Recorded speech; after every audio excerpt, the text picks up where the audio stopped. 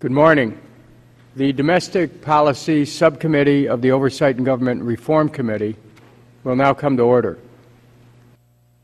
Today's hearing will examine how the bureaucracy of the private health insurance industry influences the relationship between physicians and their patients.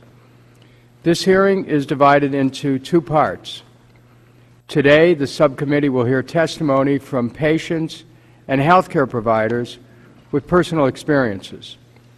The subcommittee will also hear from a former health insurance executive who will testify about internal practices of the industry, and two individuals whose focus is on health policy.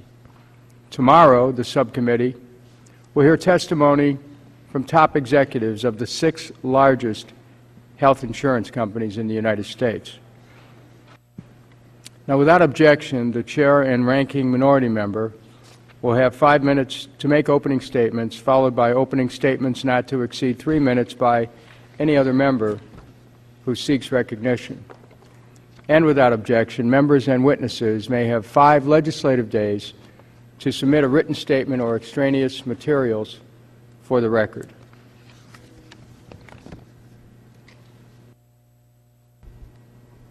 An observer of the public debate on reform of the health insurance industry would draw 3 conclusions, all of which are false. The first is that government does not play a role in ensuring health care today in America. The truth is that tens of millions of Americans get their health insurance right now through government-run health insurance, Medicare, Medicaid, VA, and TRICARE. The second myth is that government-run health care is inefficient and wasteful compared to private insurance. The truth is that government-run health care has lower prices and much lower administrative costs than private insurance. Government-run insurance negotiates harder bargains with pharmaceutical companies to get lower prices. It has no multi-million-dollar executives, no corporate jets, no dividends to pay, no lobbying expenses, no campaign contributions, no front groups to pay for, and no television advertising. Private insurers pay for all of these expensive things out of the premium dollars they collect, and these things have nothing to do to improve health care outcomes. The third myth is that bureaucracy is solely a governmental problem. The truth is that for millions of Americans, there are layers of corporate bureaucrats standing between them and their doctors, often on matters of life and death. And those bureaucrats work for the private health insurance industry.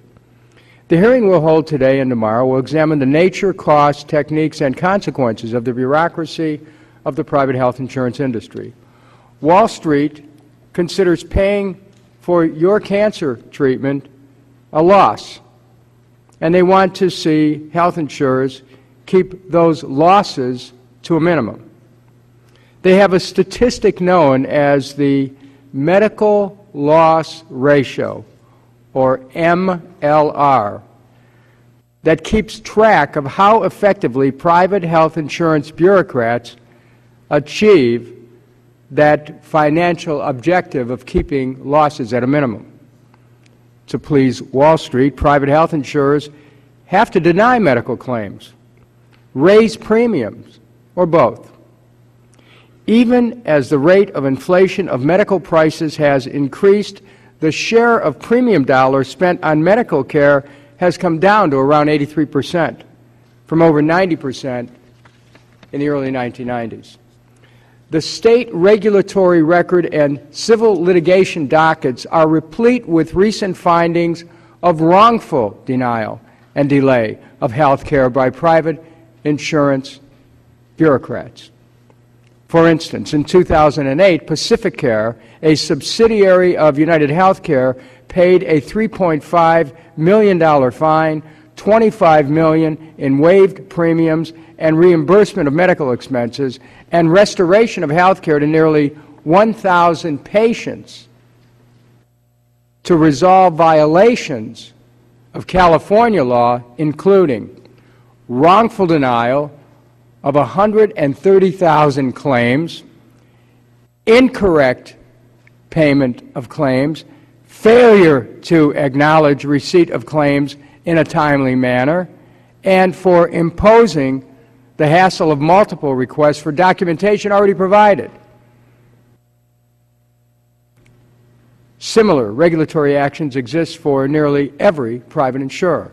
Private health insurance bureaucrats play with the lives of people, our constituents, and when they are at their most vulnerable, when they have a life-threatening injury, when their children develop severe diseases, when their parents are battling cancer, this is when the pressure that insurance companies can bring is the greatest. From an insurer's perspective, people who really need their health insurance to cover life-saving medical treatment threaten the company with medical losses, and investors want medical losses to be minimized in order to maximize profits. Pure and simple. The fact is that in America today, you don't know if your health insurance will take care of your serious medical bills until you become seriously ill or injured. By then it is too late to shop around. You buy health insurance on blind faith that coverage will be afforded to you when you really need it. But you receive no guarantee from private health insurance, especially if you get very sick. And that contradicts the purpose of health insurance in the first place, to spread the cost of illness, especially serious illness requiring expensive care. We will hear today how the private health insurance bureaucrats have become more sophisticated at denying expensive treatment and more effective at wearing down doctors and patients, conditioning them to choose to pay for the treatment themselves or to go without, rather than insist that their insurer pay. In the business of private health insurance, corporate bureaucrats may put profits before people, thereby becoming as noxious as disease itself. Such was the conclusion of the Ohio Supreme Court when it upheld the largest jury award in Ohio's history against Anthem for denying life-saving treatment to Esther Dardinger. From the court decision, quote, "Then came the bureaucracy. Anthem had warned," talking about the Dardingers, "Anthem had worn the Dardingers down as surely as the cancer had. Like the cancer, Anthem relentlessly followed its own course, uncaring, oblivious to what it destroyed, seeking only to have its way." End of quote from the Ohio Supreme Court in a case involving Anthem. At this time, I'll recognize the ranking member from Ohio, the Honorable Mr. Jordan. Thank you, Mr. You may proceed. Thank you, Mr. Chairman. I appreciate you having this hearing. I want to thank our witnesses for participating, and I look forward to hearing their perspectives, unique perspectives, on this important topic. I know many of them have tragic stories to share with us, and we certainly, you certainly have our sympathy. The ongoing health care debate is extraordinary. Americans who were not previously engaged in politics are now attending town halls, rallies, tea parties. During August and September, I had the opportunity to meet with many of our constituents in Ohio. Each and every person I talked to expressed grave concern about a government-run health care system. But no one denied that our current system needs reform, and that's what I hope we can gather from the next 2 days, the kind of reforms that are actually going to make sense and help families, help small business owners, help Americans. Healthcare spending is out of control, and we are not covering many of the most vulnerable. Medicare alone accounts for 3.5% of the gross domestic product. The Congressional Budget Office projects that by 2080, without intervention, it will be as high as 13.5%. Total health care spending in 2007 exceeded $2.2 trillion, which represents over 16% of GDP. In the debate, there are areas of agreement between Republicans and the President. In fact, last week during the speech to the joint session of Congress, the President said, and I quote, "Let me set the record straight. My guiding principle is and always has been that consumers do better when there is choice and competition. That's how the market works." Mr. Chairman, on this point, I agree with the President. In fact, we have co-sponsored a piece of legislation, H.R. 3400, that I believe relies on free market approaches and tax credits to incentivize Americans to buy their own plans instead of mandates and surtaxes, which are part of the current House bill that passed out of committee. Our bill allows individuals and businesses to purchase insurance across state lines, increasing their insurance choices from perhaps a dozen carriers to over 1,300. In contrast, the bill being discussed decreases competition by installing a government-subsidized public option into the marketplace to crowd out the private sector. Real competition in the private market helps reduce prices. A government-run monopoly will cost all of us, especially our children and grandchildren. Rather than a federal government serving as an intermediary, my colleagues and I realize that individuals and families are best served when there is a strong relationship between them as a patient, their primary and specialty health care providers. Our plan strengthens that relationship by reducing the practice of defensive medicine brought about by lawsuits. Enacting a medical liability reform will help reduce the price of medical malpractice insurance and defensive medicine, both of which are passed on to consumers through increased cost and higher insurance premiums. By establishing health corps, capping non-economic, and creating best practice measures, we will eliminate frivolous lawsuits that harm physicians while also ensuring that justice is done to true victims. Mr. Chairman, I hope that common sense solutions are not ignored. I believe Americans trust their health care professionals more than they trust politicians and federal government bureaucrats. They want to keep what they like best about their current plan while addressing some of the problems with cost, access, and portability. My trust rests in the ingenuity and compassion of the American people and the professionalism and competence of our health care professionals. Thank you, Mr. Chairman. I thank the gentleman. Chair recognizes the gentleman from Maryland, Mr. Cummings. I want to thank the chairman for convening this hearing, and it is a very important hearing. One of the things that I want us to keep in mind is that insurance companies are making life and death decisions every single day. Folks talk about government, worrying about government coming in and making decisions. Insurance companies are making life and death decisions every day. There's a gentleman in my neighborhood who had a swelling on his leg, and I guess maybe about 2 years ago, I see him almost every day. I live in Baltimore, 40 miles away from here, and he went in and he found out that it was cancerous. He had surgery, then he had radiation, and then he had chemo. And then the cancer apparently spread to other parts of his body. And he had been a hard-working American, working for the city of Baltimore, and he had moved into a disability status. And he used to tell me about his problems in that the copay for the chemo left him in a position where he had to choose between eating and paying the copay. And I would see him almost every day. And I just think our society is better than that. This is a point in time where we must leave politics at the door and address the problems of all Americans. We need to keep in mind, as the President said the other night, over the last 2 years, 1 out of every 3 Americans have had a gap in their insurance coverage. And what does that say? What that says is if you've got a gap in your insurance coverage, that means you've got to get some more insurance at some point. Well, this is a bulletin coming over the wire. The older we get, the more likely it is that we're going to have a pre-existing condition. And if you haven't gotten there yet, you just keep on living. And the fact is that we've got to deal with these pre-existing conditions. We've got to deal with this rescission where a person gets sick. They've been doing everything they're supposed to do, working hard, paying their premiums, and when it comes time for the insurance company to help them, then suddenly they find they have no insurance. We've got to deal with the high cost of insurance going up. The President has said it, and we have said it. We want you people to keep what they have.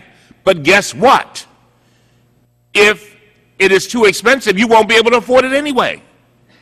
That's a major problem. And so I am glad that, and I had a town hall meeting and it went well, And I have listened to, seen what has happened across the country. It's with regard to town hall meetings. But I think we need to hear not only from the people who are opposed, we need to hear from everyday American citizens and who have been placed in a position where they cannot get the coverage they need. And so, Mr. Chairman, I applaud you for these two hearings, and I look forward to the testimony. I thank the gentleman. Chair recognizes the gentleman from Massachusetts, Mr. Tierney.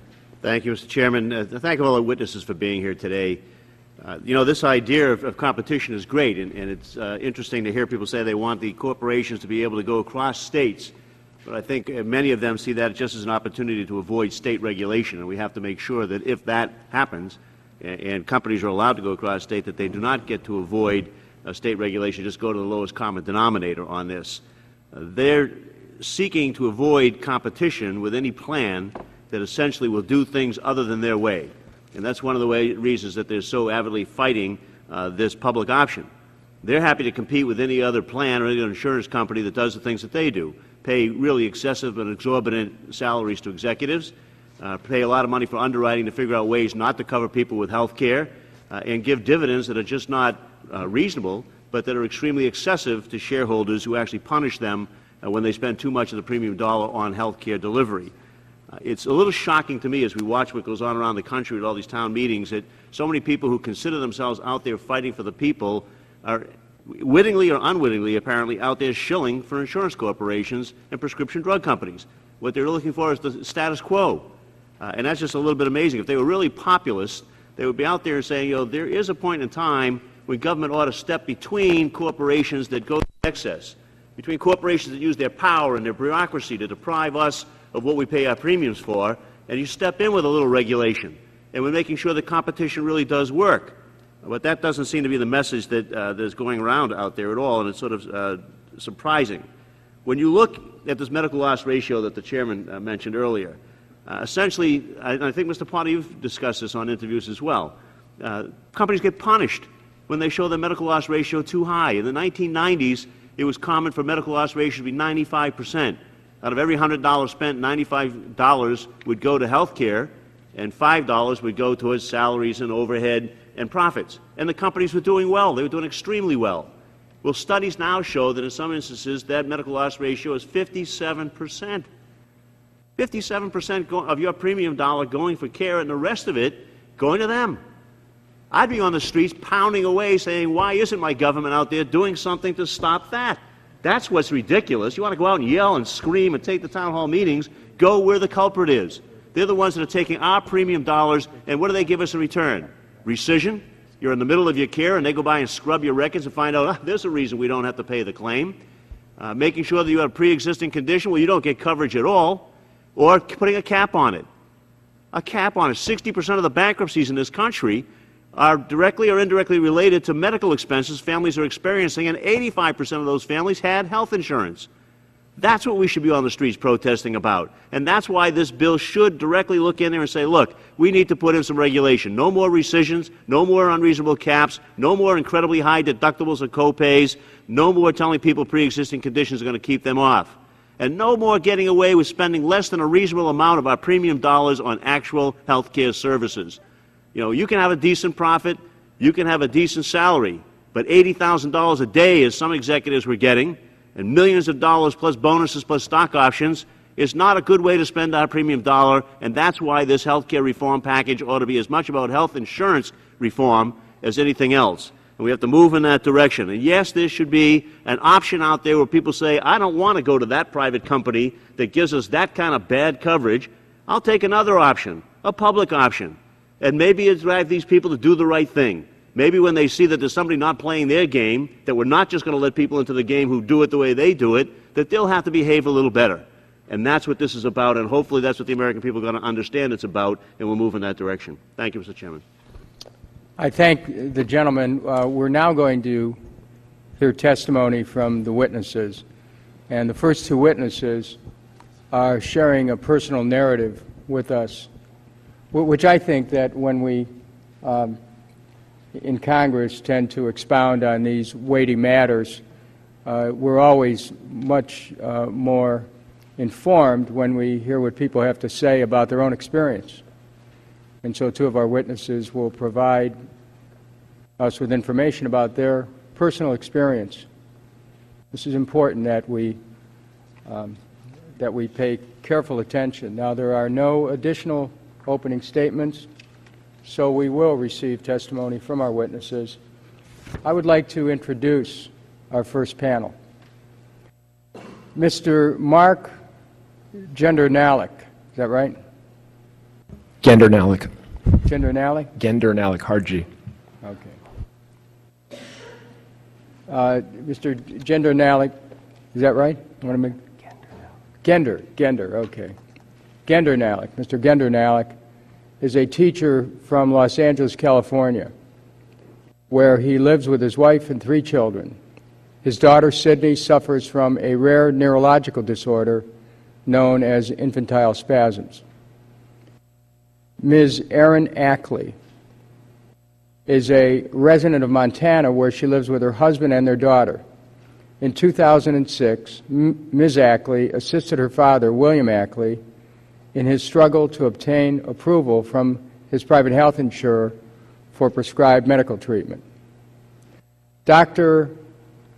Melvin Stern, MD, has been in solo practice as a primary care pediatrician in Highland, Maryland for the last 28 years.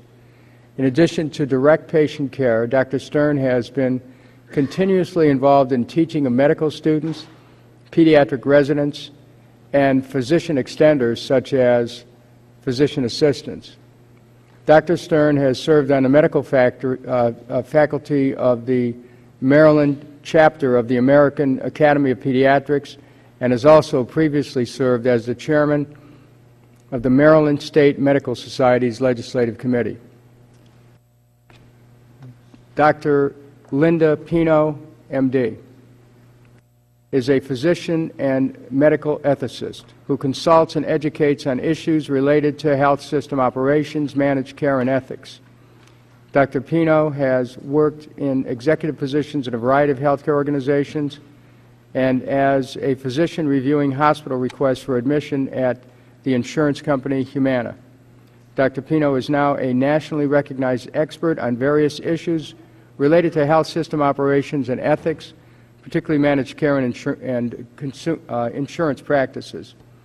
And finally, Mr. Wendell Potter. Mr. Potter has served since May 2009 as the Center for Media and Democracy's Senior Fellow on Healthcare. Previously, Mr. Potter spent 20 years in a variety of communications positions for private health insurance companies. Mr. Potter was the chief corporate spokesman for Cigna Insurance Company. I want to thank each and every one of the witnesses for appearing before the subcommittee today. It's the policy of the Committee on Oversight and Government Reform to swear in all witnesses before they testify.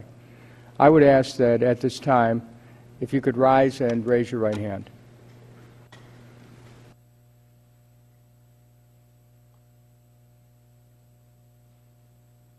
Do you solemnly swear to tell the truth, the whole truth, and nothing but the truth?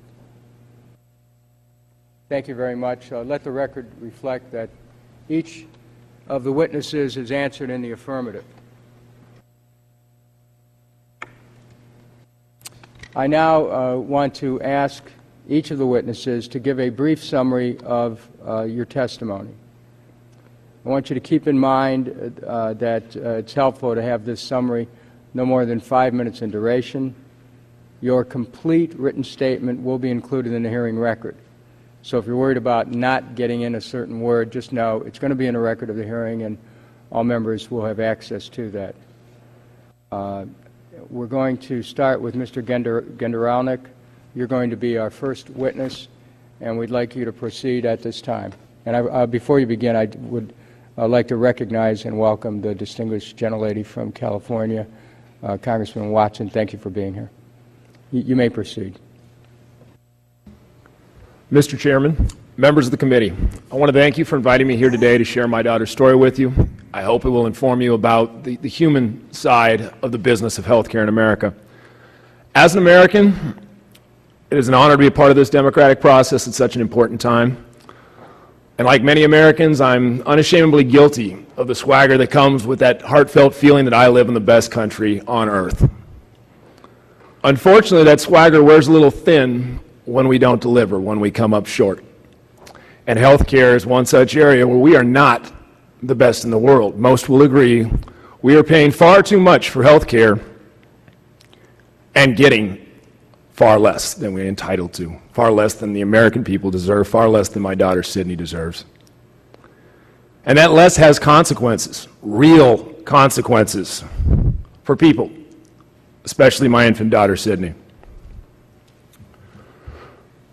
Early one afternoon, when Sydney was just 3 months old, as I walked down the steps in the living room of my home, Sydney's arm suddenly struck out at an awkward angle, her head cocked over to the side. Her eyes looked odd and distant.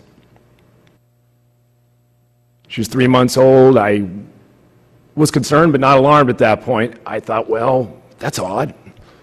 And then we had a few more, and we went and saw the pediatrician. And we started what was going to be the beginning of what may be Sydney's lifelong struggle. We're here today to not only help my little girl, but the families who have to fight beyond exhaustion just to receive the care that their hard-earned dollars were supposed to have provided them when they bought their insurance.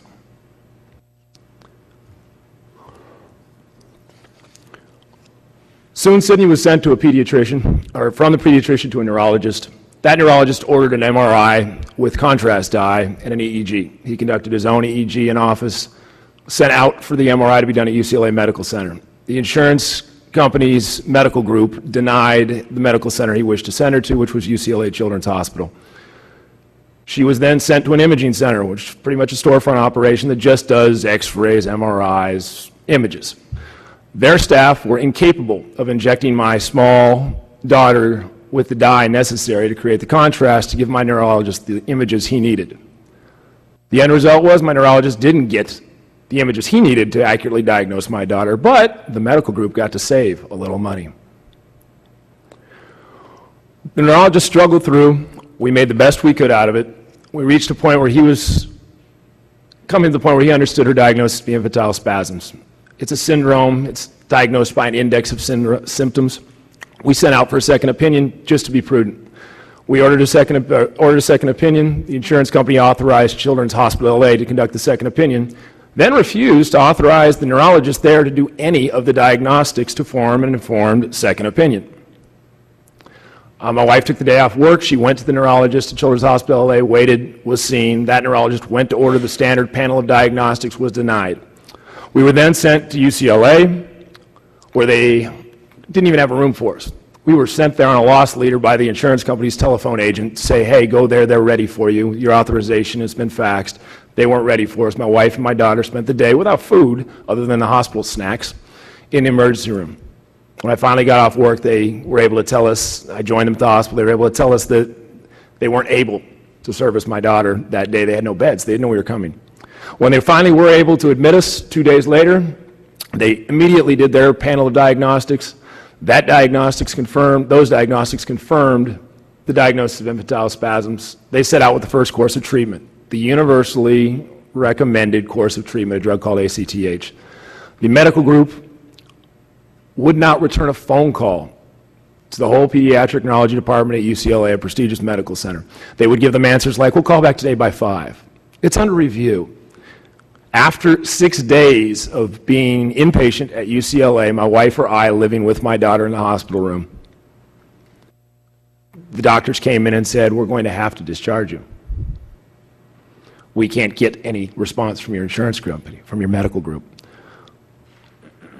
After crying, I got angry. I tried calling the insurance companies myself. I was hung up on twice for only asking for a supervisor in a tone of voice like I'm speaking to you today. Finally, I called a state regulatory agency. They looked into it on my behalf, and we were able to mysteriously get an authorization number telephone to UCLA and to my wife No explanation, no written documentation, no anything. Clearly their plan was to exhaust us, to wear us out. My time is coming to an end here. I have to just conclude with a final statement, if you'll indulge me. Sydney's mom and I have spent so much time fighting to ensure her proper care that all too often I feel like her medical manager instead of her daddy. I need you people to let me be a daddy. I understand there's a lot of talk and a lot of ideas. The Consumers Union is here today with their own ideas on ways we can put consumers back into this competition scheme I hear about, because we're disenfranchised right now.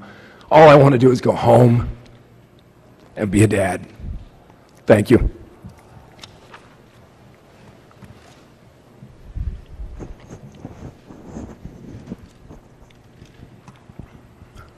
Chair recognizes Ms. Ackley. Thank you, Mr. Genderonic. Mr. Chairman, members of the committee, thank you for inviting me to participate in today's hearing on health reform. I am honored to have the opportunity to convey my family's struggle with the administrative measures and protocols used by my father's private health insurer and the lengths we went through to obtain his doctor-prescribed treatment in the form of a bone marrow transplant. What follows is an abbreviated version of our emotional journey as my dad fought for his life when his insurance company set up one bureaucratic roadblock after another. My father, Bill Ackley, dedicated 31 years of his life to the children of Montana as a public school teacher and administrator. In 2003, he retired to Florida, trusting his group health insurance through Blue Cross Blue Shield of Montana would continue to pay as they had for 16 years for the medically necessary treatment of his chronic lymphocytic leukemia. In 2005, my dad's doctor determined that he needed a bone marrow transplant because his chemotherapy regimen was no longer effectively managing his cancer.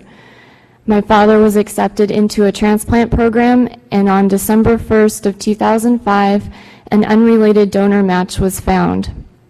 In January of 2006, my dad began 2 rounds of intensive chemo to suppress the disease in preparation for his transplant.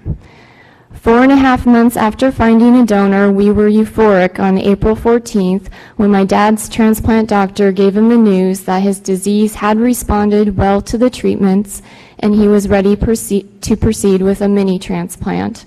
However, we mark this as day 1 of our unexpected and emotional struggle with Blue Cross Blue Shield of Montana.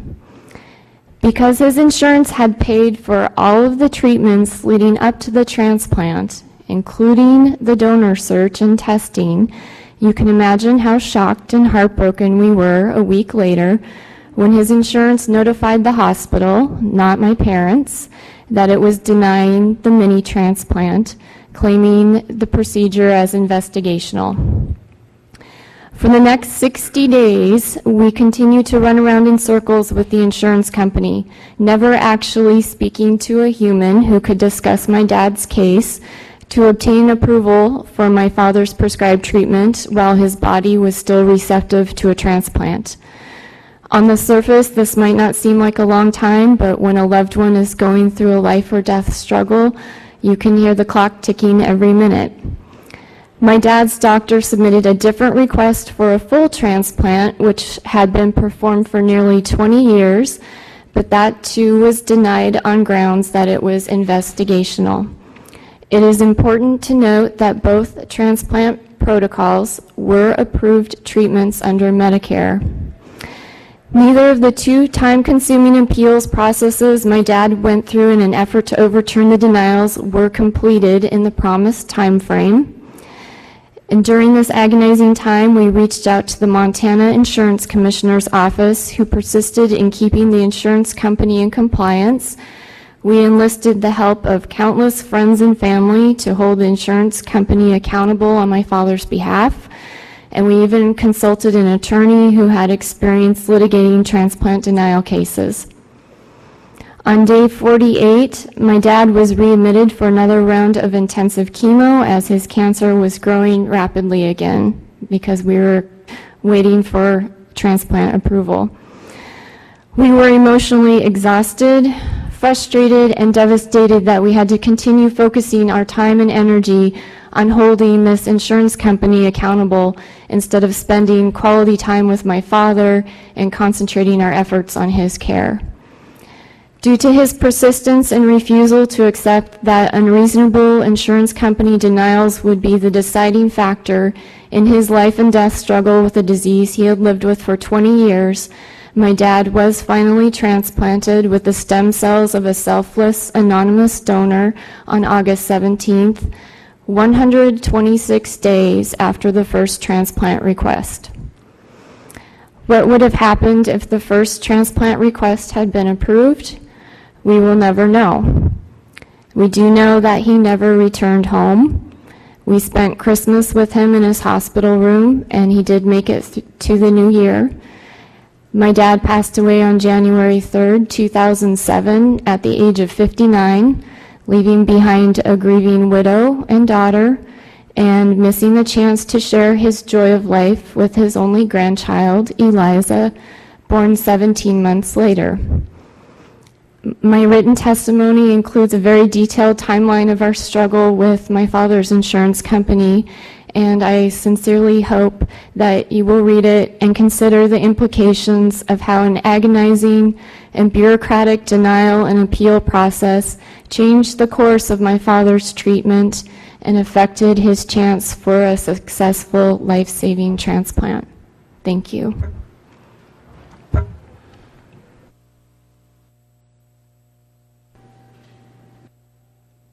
Thank you for your testimony.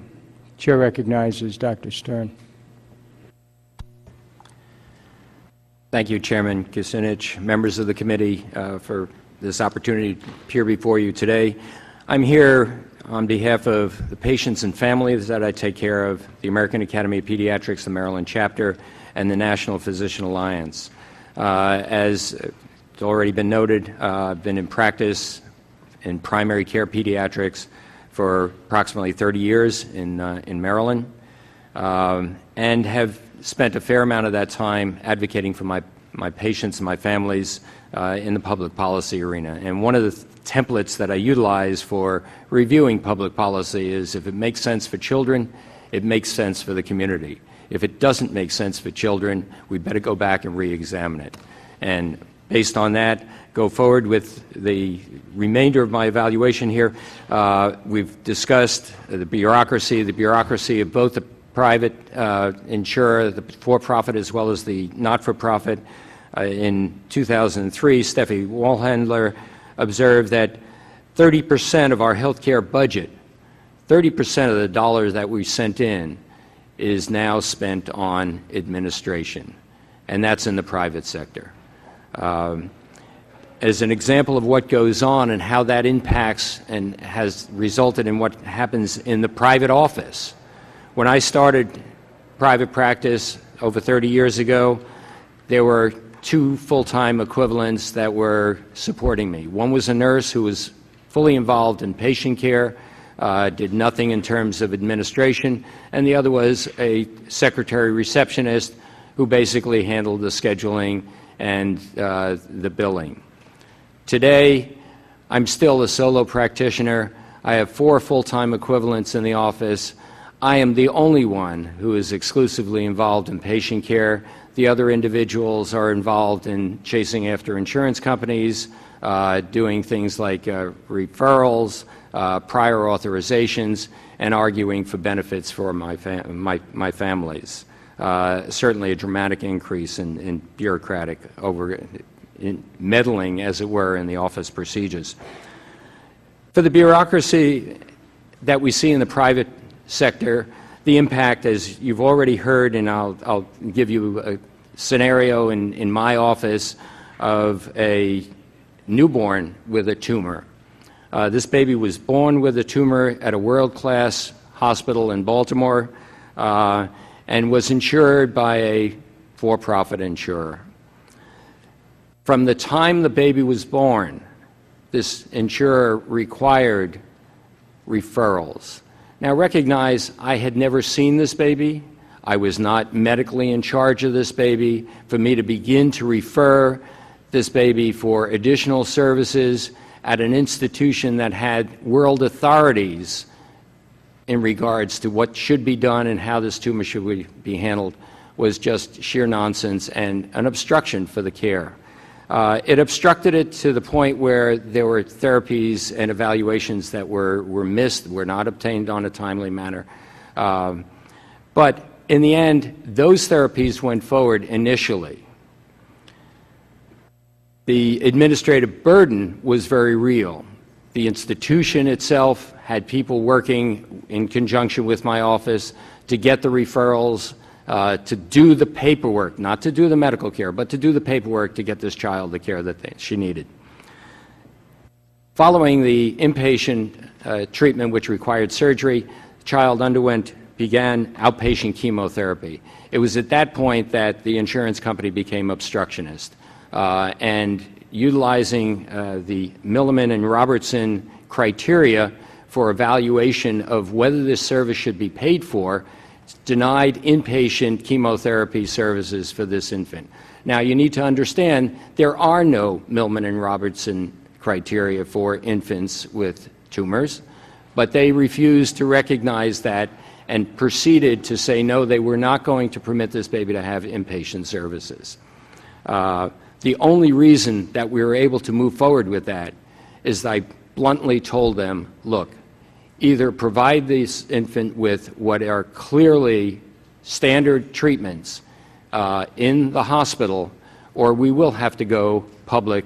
This is a beautiful baby. It will attract a great deal of attention. You can either deal with this in the media or deal with this appropriately.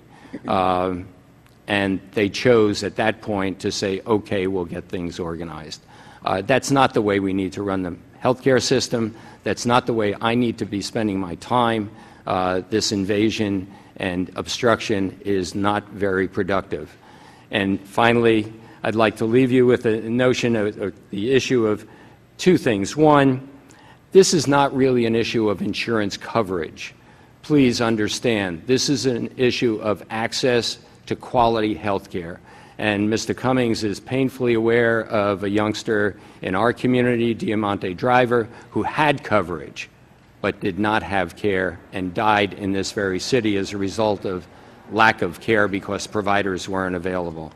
The last thing is, at the current rate, we know the liabilities that we're generating in the healthcare area are being left at the feet of our children. Let us make sure as we move forward that the assets are in their hands. Thank you very much.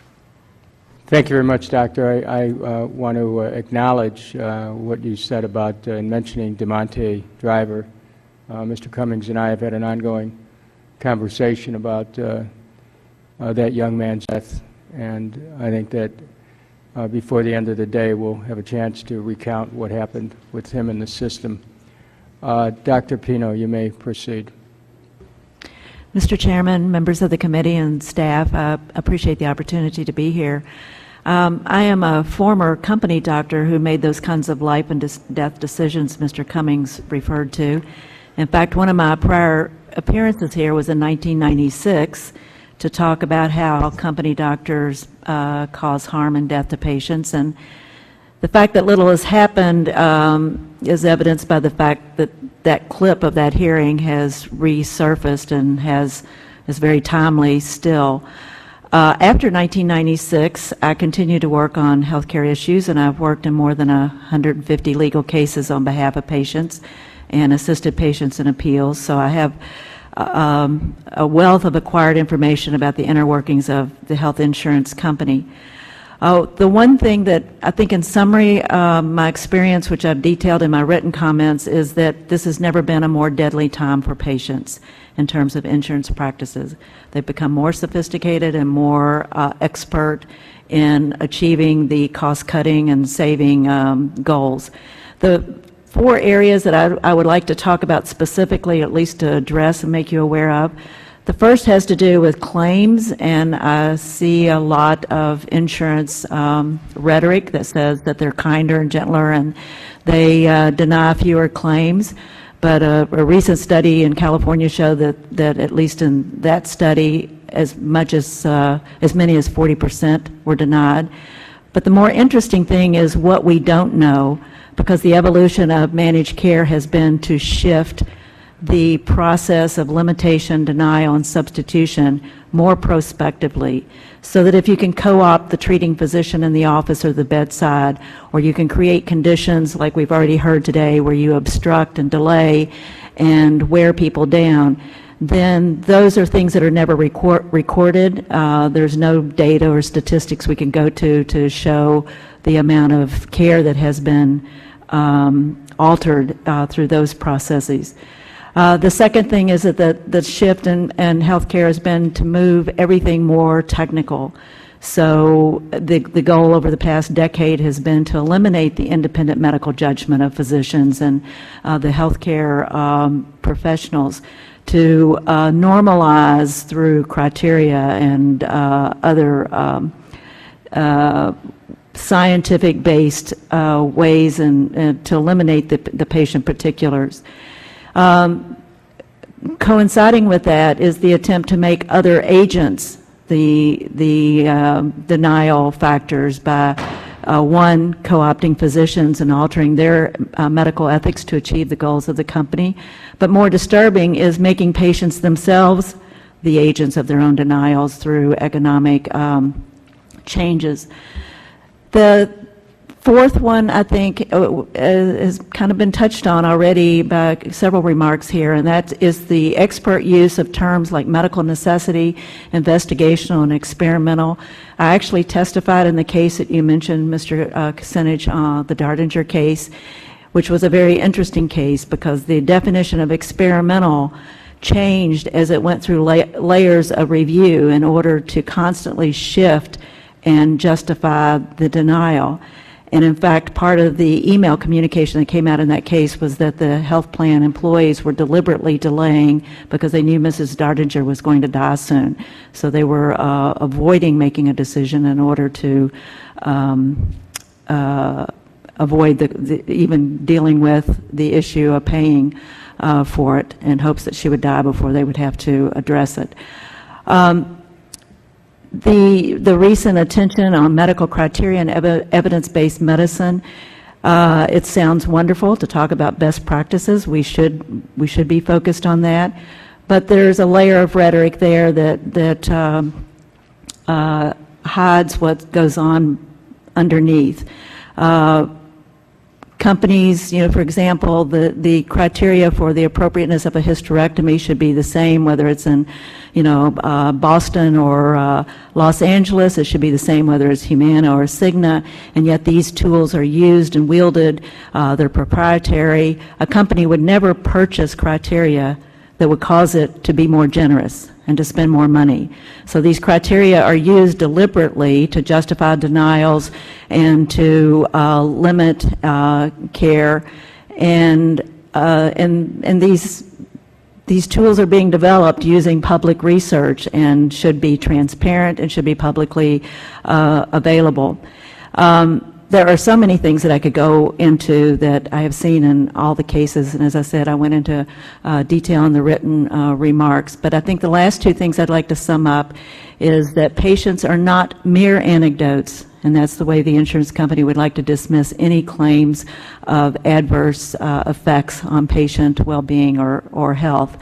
And the last thing is that they operate in an ethical and legal void. There's no medical ethics when you're working on behalf of stockholders. And the legal situation is that most Americans have no legal recourse because of ERISA and other complications holding these companies accountable. So I personally believe we will have no health reform unless we reform the health insurance industry to a system that is ethical and patient-centered. Thank you very much. Thank you, Doctor. Mr. Potter, you may proceed. Thank you. Thank you, Chairman Kucinich, Ranking Member Jordan, and members of the subcommittee for this opportunity. The title of today's hearing serves as an important antidote to some of the rhetoric about who or what stands between a patient and his or her doctor. I know there are many who fear the idea of a government bureaucrat in that space, but the alternative has proved much more fearsome. The status quo for most Americans is that health insurance bureaucrats stand between them and their doctors right now, and maximizing profit is the mandate that has simply overtaken this industry. As members discuss the various compromises that undoubtedly will be floated in the coming weeks, I encourage you to look very closely at the role of for-profit insurance companies in particular, and the role that they play in making our health care system both the most expensive and one of the most dysfunctional in the world. I know this hearing and others you are holding will help members of Congress look beyond the misleading and destructive rhetoric making the rounds and the headlines and help provide a real sense of what life would be like for most of us if the kind of so-called reform the insurers are lobbying for is enacted. An estimated 25 million Americans are now underinsured for two principal reasons. This is in addition to the 45 million people who are uninsured. First, the high deductible plans that many of us have been forced to accept require us to pay more out of our own pockets for medical care, whether or not we can afford it. Secondly, the number of underinsured people has increased as far more have fallen victim to deceptive marketing practices and bought what essentially is fake insurance. The industry is insistent on being able to retain the so-called benefit design flexibility, so insurers can continue to market these kinds of often worthless policies. The big insurers have spent millions of dollars acquiring companies that specialize in what they call limited benefit plans. An example of such a plan is marketed by one of the big insurance companies under the name of Starbridge Select. Not only are the benefits extremely limited, but the underwriting criteria established by this insurer essentially guarantees big profits. Pre-existing conditions are not covered under the first 6 months. The employer must have an annual turnover rate of at least 70%. So most workers don't even stay on the payroll long enough to use their benefits. And the average age of employees must not be higher than 40, and no more than 65% of the workforce can be female. I'm sure you've all heard insurance executives say over the past few months that they are bringing solutions to the table this time to help you address the problems of the uninsured and the underinsured. If they were to be completely honest, however, they would tell you that the solutions they really have in mind are moving millions more of us into high deductible and limited benefit plans. If Congress goes along with these solutions, the bill it sends to the President might as well be called the Insurance Industry Profit Protection and Enhancement Act. That said, the executives you will hear from tomorrow rarely use the term insurance to describe their businesses these days. They refer to their companies now as health benefits companies or health solutions companies, and for a very good reason. They have been moving rapidly away from the risk that insurers used to assume for their customers and toward a business model that enables them to administer benefits for large self-insured companies and also to shift the financial burden of health care to individual workers if their employers are not big enough to self-insure. If I were a member of this subcommittee, I would ask the executives tomorrow about this trend. I would ask them what has been happening to their fully insured books of business in recent years. If they're honest, they will tell you that it has been shrinking and that they have been taking deliberate actions to make it shrink. According to a recent story in the Wall Street Journal, the 7 largest for-profit health insurance companies have seen a decline of 5 million members in their fully insured books of business just since 2007. I would ask the executives why this has happened and if they expect this trend to continue, and I would ask them what kinds of businesses are fully insured these days. Again, if they're honest, they will tell you that they are primarily small to mid-sized customers that are not large enough to self-insure. Members of the subcommittee, that does not bode well for the future of this country or our economy, as most of the job growth in the U.S. is occurring in small to mid-sized businesses. I would ask the executives what kind of health benefit plans they're marketing now to small businesses and to businesses with a high rate of turnover among employees. If they're honest, they will tell you they're marketing limited benefit or high deductible plans to these businesses. I would ask Aetna and Cigna in particular why they are sponsoring the first annual Voluntary Benefits and Limited Medical Conference in Los Angeles next month. And I would ask them what voluntary really means. If they're honest, they will tell you that workers enrolled in voluntary benefit plans pay the full premium as well as high out-of-pocket expenses. Their employees do not have to pay a dime. Their employers don't have to pay a dime toward their employees' health care benefits. And many of these plans actually prohibit employers from subsidizing the premiums. As the organizers of the Los Angeles conference notes on its website, voluntary benefits and limited medical plans are a multi-billion-dollar industry and one of the fastest-growing segments in the health insurance industry. Another question you might consider asking is how much money insurance companies make from investments by delaying payments to health care providers. As you know, doctors now have staff members dedicated solely to trying to get insurance companies to pay claims that have been denied. The longer an insurance company can avoid paying a claim, the more interest it can earn from the float. Mr. Chairman and members of the subcommittee, this is the current state of the inadequately regulated free market system the health care companies want to preserve. We already have 25 million Americans who are underinsured. If the insurance industry gets what it wants out of reform, that number will grow very, very fast in the years ahead. People you know, your constituents, maybe even your sons and daughters and your grandchildren, will be joining the ranks of the underinsured, and they will be forced by law to pay private insurance companies for their lousy coverage. And you and I and other taxpayers will have to subsidize the premiums for those who cannot afford them. I implore you not to let that happen. Thank you for considering my views. Thank you very much, Mr. Potter, for your testimony and also your expression of civic consciousness. I want to, just before I begin my questions, I just want to say how deeply moved I was to hear the testimony of Mr. Gender Nalick and Ms. Ackley. How's your daughter? She's improving gradually. Her condition is hard to treat seizures. It's a hard to treat seizure disorder. We've been through many pharmaceuticals, and currently she's on what's known as the ketogenic diet. It's a medical diet designed to alleviate seizures. We're having some success, but she's way off her benchmarks. If we don't arrest the seizures, her cognitive development will leave her severely mentally retarded. Well, your family shall remain with her in our thoughts. I just also want to say to Ms. Ackley, I had the chance to read the exhibits, but in particular the obituary of your dad, who was obviously a wonderful person. And I can imagine what it's like for you to testify. I have to tell you, you know, when I was listening to both your testimony, I'm sure this is true of other members, it wasn't just hearing the words, I could feel it in my heart. And this is the kind of testimony I think that can move the country. And, you know, I just, you can feel this. Thank you for being here, and our condolences to your family. And from this experience, perhaps Congress will become better informed about the actions that we need to take. I want to thank Dr. Stern for sharing with us his testimony, as well as Dr. Pino for her understanding of the inner workings of the industry. Now, I want to begin question with Mr. Potter, who, as I said earlier, is the former head of corporate communications for Cigna in Philadelphia.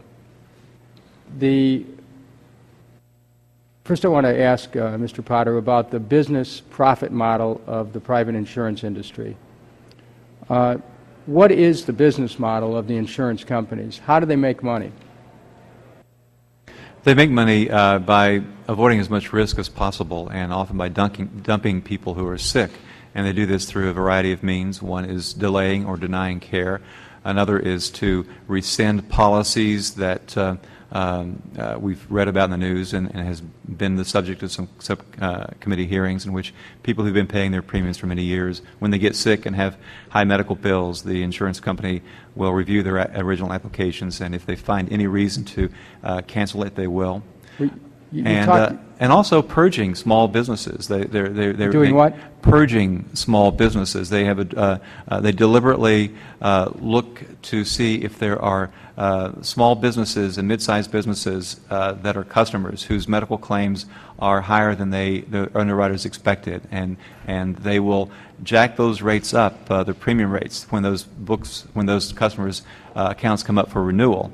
And they'll jack them up so high that these businesses have no alternative but to drop their insurance coverage. They can't afford. That's why we've had such a drop in the number of small businesses over the years. It's declined from 67% in the 90s to just about 38% now. And then you've talked about the denial or reduction of coverage. Would you explain to the subcommittee what is policy rescission and how widespread was that practice while you were in the industry? Yeah, policy rescission happens. This is in the individual market, not so much in the market in which people get their coverage from or through their employer. Many people don't have the option of getting their coverage through their employer. And you have to fill out an application if you want to get coverage, of course. And you have to include on that application whether or not you've been sick in the past, why you've gone to the doctor, if you've been hospitalized. In other words, what pre-existing conditions do you have that we should know about? And if you are, and in many cases, a pre-existing condition will mean you can't get coverage at any cost. And also, children who are born with birth defects ultimately will not be able to get coverage in this system we have now. So it is a means of being able to, again, call the sick to avoid paying claims. And if you fail to disclose something and you get sick and there are high medical bills that are sent for payment to your insurance company, they'll look at your application and they'll look to see if maybe you've inadvertently or even purposely not disclosed something. Can you, one of the things that we've been hearing in the past few weeks is how the private insurance industry uses special interest groups to craft, market, and send a message that the industry wants to send. Could you explain how this happens, and can you comment on how the industry wants us to believe that they're there to help us to get healthier? What do they think they're doing? And who are they talking to? Yeah, the industry, and I know this from having worked in on a lot of trade association committees over the years and serving on strategic communications committees, they plan and carry out duplicitous PR campaigns. On one level, duplicitous. One is I call the charm offensive, in which they will come here and they will tell you that they're in favor of reform and they'll be working with you as good faith partners and with the president.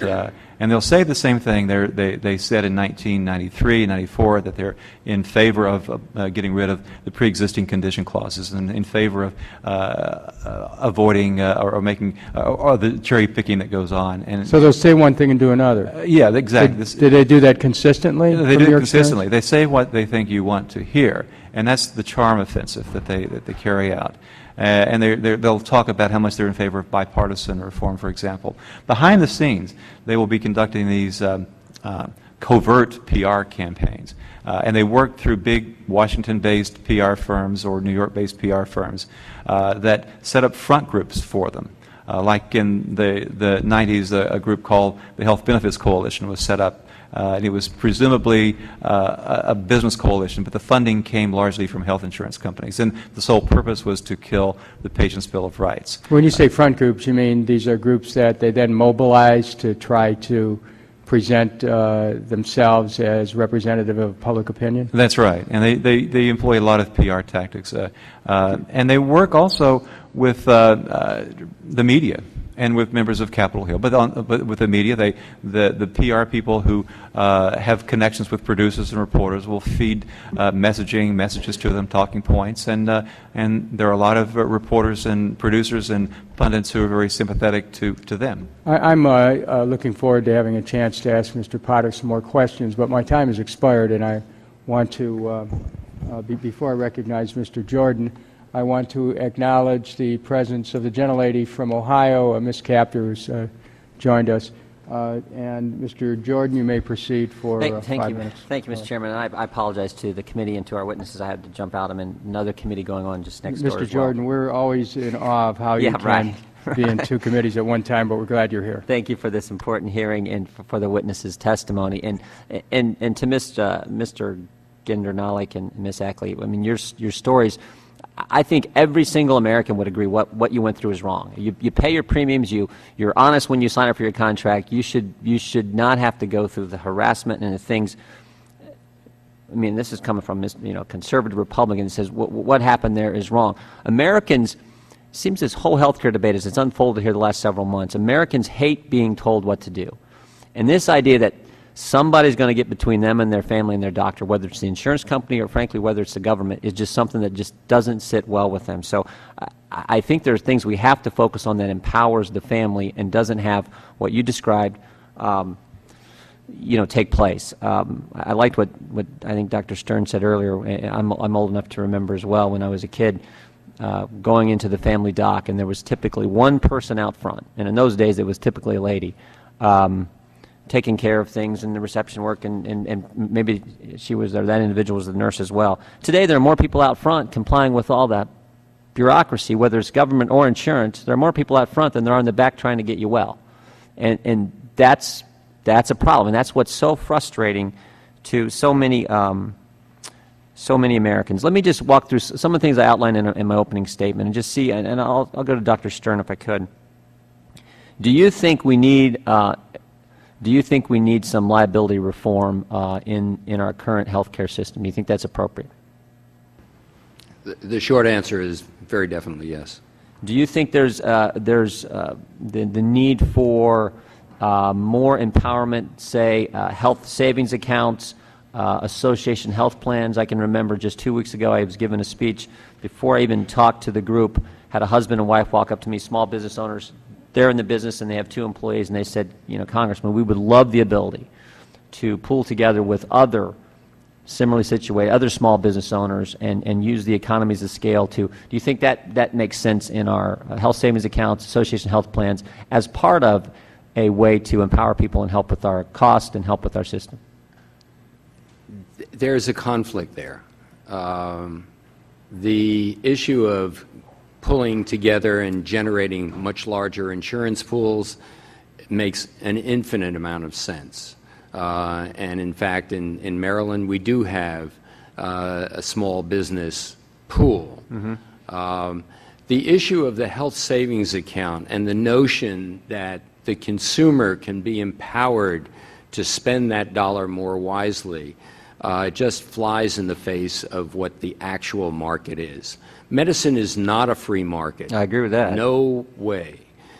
A free market demands the free flow of information both ways. Okay, so, and I was going to go there. So how do we get that? How do we get that transparency? How do we get to where, there's a great piece, at least I read on the plane flying in this week in the Atlantic about a businessman who talks about the experience his father went through, getting an infection in the hospital, and he outlines what he thinks needs to happen in healthcare.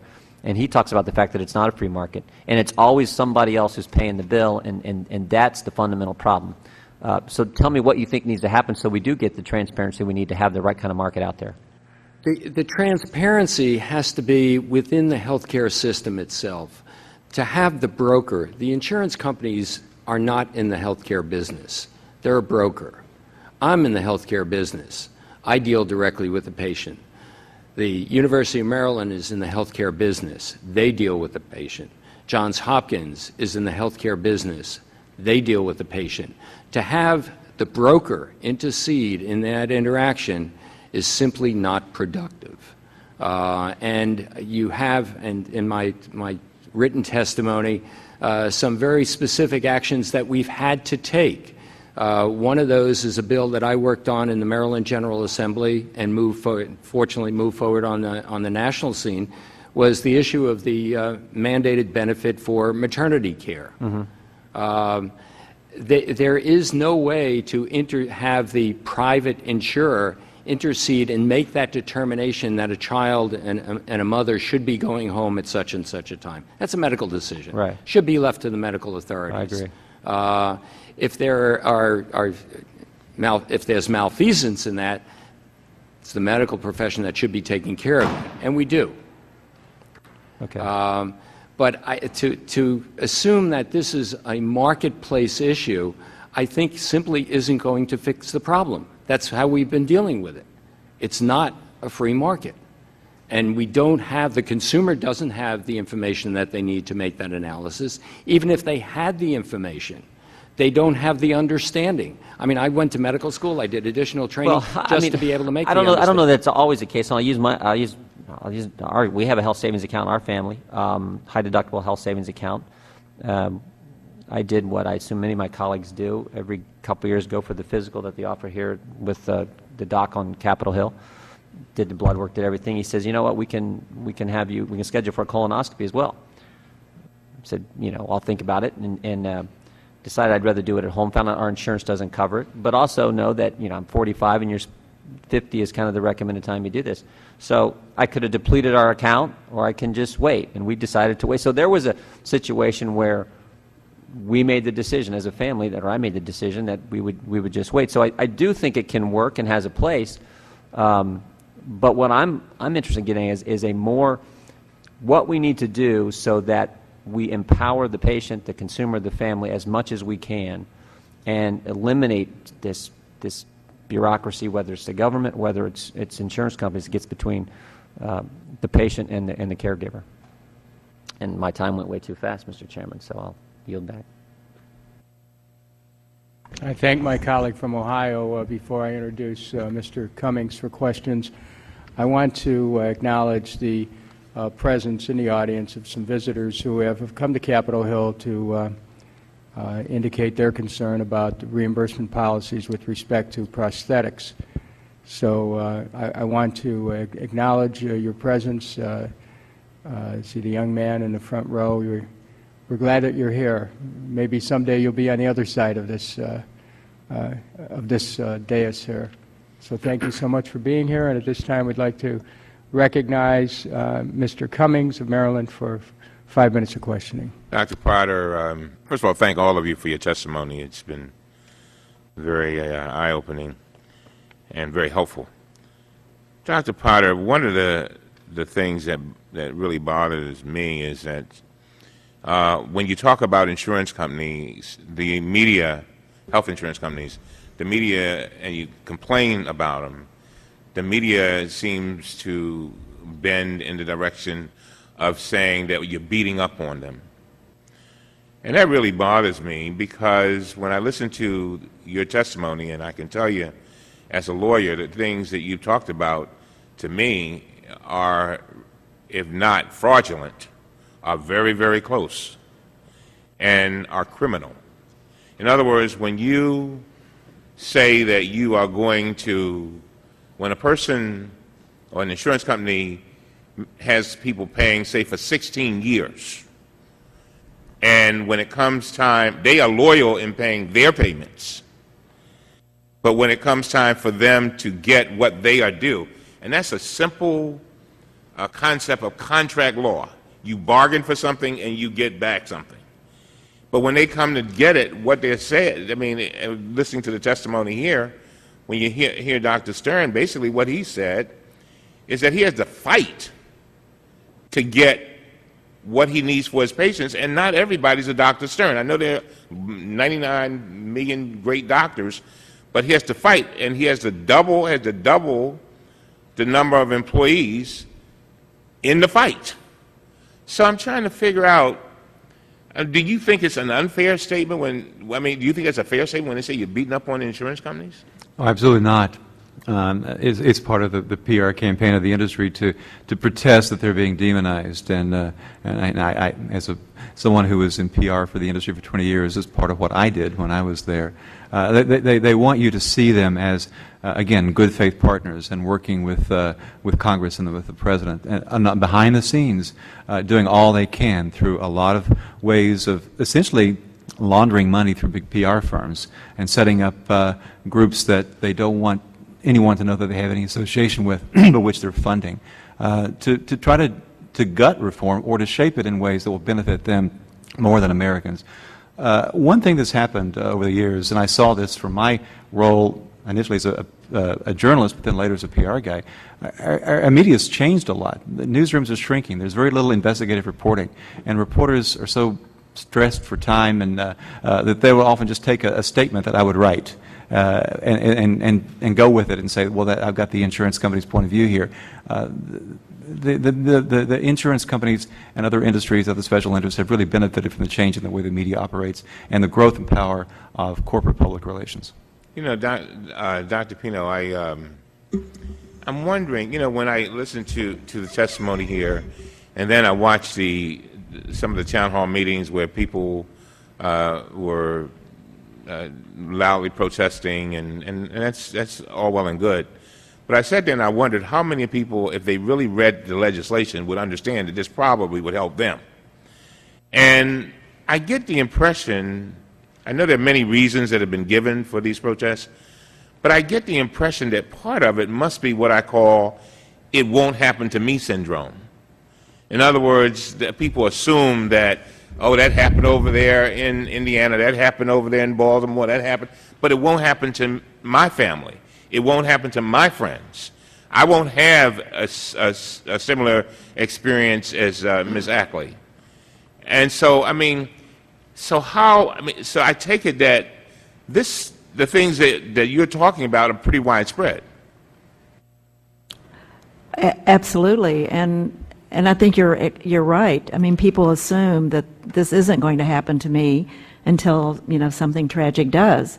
But I can tell you, as one of those doctors that sat there and put denied on pieces of paper, that it did not make any difference what somebody's income level was, whether they were Democrat or Republican, rich, poor, black, white, yellow, green, or whatever. The only thing that made a difference was what they were costing and how quickly we could avoid any cost or claim that was going to hurt profits. That's, I was told when I was first hired that I was to use my MD degree to give economic justification to the company's decisions. And were you rewarded for that? In other words, was that part of your evaluation? Significantly rewarded. I quit one company before I got my bonus because we were put on a bonus system. But then when I went to another company, my job evaluation depended upon, the number of denials and how much cost savings I generated. And in, the 150 cases that I've worked on as an expert witness, I have read deposition and seen documents, internal documents that will never see the light of day because they're sealed, that show the reward system and the compensation system for the medical doctors that work for the insurance company. Just one last question. Is there anything that you have seen to make you, since you left the system, I think, when did you leave the system? 1990, 91. Is there anything that you've seen in your present work that would indicate that things are better in that regard that you just talked about? Oh, absolutely not. It's far worse. Everything is more evolved, more sophisticated, more technical.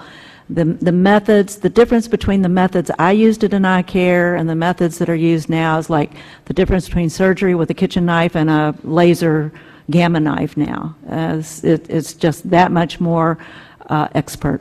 Thank you very much. Thank you, Mr. Chairman. Chair recognizes Mr. Tierney. You may proceed. Thank you very much. Mr. Gendernalik and Ms. Ackley, I can't think of any question for either of you that would do a better job than what your testimony did in laying out what some of the issues are. So I do want to thank you for being with us here today. I know how difficult it must be on that. Mr. Potter, I want to go back to you again because someone's going to get between the patient and their medical provider one way or the other, the way our system is set up.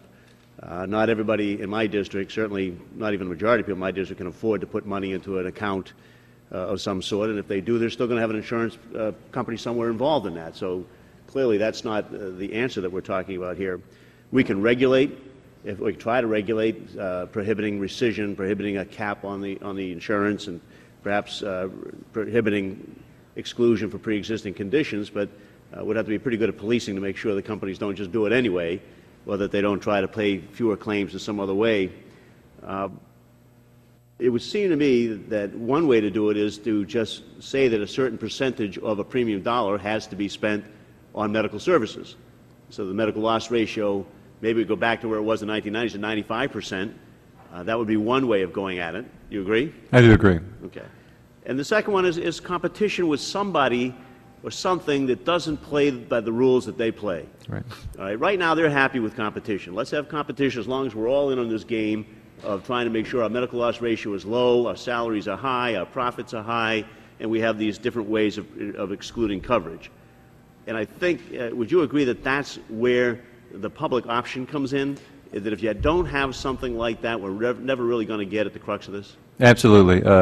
There is some competition, but there's far less now than there was back in the 90s. It's one reason why the medical loss ratio has been able to drop so much. There's such power concentrated in the hands of now 7 very large for-profit insurance companies that 1 out of every 3 of us is enrolled in some kind of a benefit plan managed by one of those 7 big companies. They are accountable to Wall Street. They're not accountable really to you and me, and we can become victims of their striving to meet Wall Street's relentless profit expectations. There is no counter to that right now.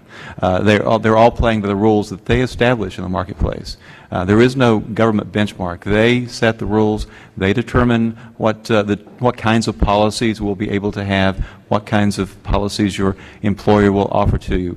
They run the show. They have an enormously tight grip on our healthcare system, far, far more now than did in 93, 94, and they're richer and stronger, more powerful, and more influential than ever before. A public option is absolutely, absolutely vital. I would think that people in the streets ranting and raving would be ranting and raving about that kind of practices that we're talking about engaged in by the insurance companies. That would really get your blood boiling. You would say, now that would be a populist motion, that people would be out in the street saying, why is our government letting them get away with that? Why aren't they stepping in and protecting us? Yeah, so on the Oversight Committee here, we're used to following the money. So we know where the money's going. It's going to Wall Street. It's going to the people that invest in these companies. What role do you think those companies are playing in inciting people to go in and, instead of railing against bad insurance bureaucracy practices, trying to tell how bad their government is? I was speaking at a town hall meeting a few days ago, and I was describing how this works, how the PR firms work for the industry and feed pundits talking points. And she came up to me and she said, no one paid me to come here. And I said, I was thinking, well, no one had to. You don't get the money. That's not where the money goes. The money goes into the big PR firms who have the influence to manipulate public opinion. That's how it happens. And I did ask her, to Congressman Cummings' point, are you absolutely certain that tomorrow your insurance is going to be there, that your son or daughter is going to be enrolled in a benefit plan that provides protection? And she didn't have a good answer to that, because there is no guarantee. You do not know if you're going to have your insurance coverage tomorrow. You do not know if you're going to be losing it because you lose your job, or if you're going to be forced into a plan that makes you pay so much out of your own pocket that you might as well, you'll be forced in some scenarios to buy insurance from private insurance companies, but your benefits may be so limited that you'll be sending them money every month for almost nothing, for almost no reason. Pillage us, which has been going on. Just tell you one little anecdote from an individual that came into my office, just ranting and raving about the public option, and I tried to explain what that would do. He said, "Look, I like my company now." I said, "Fine, then stay with your company." He said, "Well, except if I get really sick or somebody in my family gets really sick, I don't use the company. I go to the VA because if I use the company, they jack up my premiums." Case in point. Thank you, Mr. Chairman. I thank the gentleman. The chair recognizes the gentlelady from Ohio. I thank the chairman very much and compliment him for his steadfast efforts to try to bring health insurance at affordable prices and quality care to all the American people. We're very, very proud to serve with you. I wanted to say to the panel that I view my job as defending our citizenry against those who might harm or exploit them or our republic. And these are very important hearings today. As I've listened to your testimony, I keep thinking about pharmaceutical companies being the 3rd most profitable sector in our economy. In the district that I represent, you can't turn the TV on without being besieged by all these ads from the pharmaceutical companies. I don't know if that's true in every district in the country, but they're sure spending a lot of money on advertising. And I keep asking myself, if you have a doctor, what do you need all those ads for on the television? It's very curious what's happened. That wasn't true 20 years ago. It's true today, and I can see with the kind of profits they're making where they're putting some of those dollars. Yet I have people from my district. I border Canada up in northern Ohio, and I can't tell you how many people from my district have to go to Canada because they cannot afford medicine in the United States of America. Yet I see these ads on television, and I'm thinking, what doesn't fit here? How are these dollars being used versus what the need is? The insurance companies are the 9th most profitable industry in this country. And Mr. Potter, I think you talked about 7 companies now having a third of the market. Yes, that's right. And we heard that yesterday at a hearing by the former head of Cigna Corporation, who I believe will be before this committee this week. I remember back to our beloved Uncle Skip from our family, and he used to confide in me, and as he became older and had infirmities, he said, Marcy, here's all my insurance. Now, this is a man that was on Medicare, and he emptied out his billfold, and he pulled out all these policies, Art Linkletter policy and this policy and that. I said, Uncle Skip, why do you have these policies? You don't need these policies. You have a supplemental and you have your Medicare. He says, well, just in case. And I keep thinking to myself, I thought, Uncle Skip, why didn't you tell me about this before? You don't need to spend your money on these. I said, and frankly, with some of the exclusions, this wouldn't give you anything. But he really didn't know. He was not an uninformed person, but he was afraid. He did not have a college degree. And I asked myself, how many Uncle Skips are out there in our country who are buying unnecessary policies that are duplicative? And even with our area offices on aging and so forth, we can't reach every citizen to help them make wise insurance choices. So my questions to you really are, the bill that the President has proposed has language that only encourages, for the pharmaceutical companies, price negotiation for the cost of prescription drugs. Within the VA, within the Department of Defense, we actually negotiate. It is mandatory. I want to ask you to comment on the language that is in the base bill that merely encourages negotiation and what that might mean down the road. And number 2, on the insurance companies and the fact that 7 control so much, can you give us a sense of what you see happening in the insurance market in our country? Is it consolidating like we see happening in other segments of our industry, the banking industry, mega banks that just caused this huge implosion in our economy, these very big private companies that seem to be terribly irresponsible? Would you give us a sense of what's happening in the insurance market? Anyone that wants to respond on the pharmaceutical question or on that would be much appreciated. Yeah. I think the encouraging negotiation, that's not strong enough. You're exactly right. Another gentleman I heard was talking about he got his care through the VA and he needed medication that cost him a modest amount of money, but he knew that in private insurance, he would have to pay about $300 this medication. He was able to pay through the VA a small fraction of that. So it makes a big difference. And in the lives of people who are, the median household income in this country is just $50,000. The average price of a premium that you get through the workplace for a family is $12,500. If you're shifting more of the financial burden for either drugs or care for the doctor, whatever, there's not much money left over to pay the rent or buy the groceries.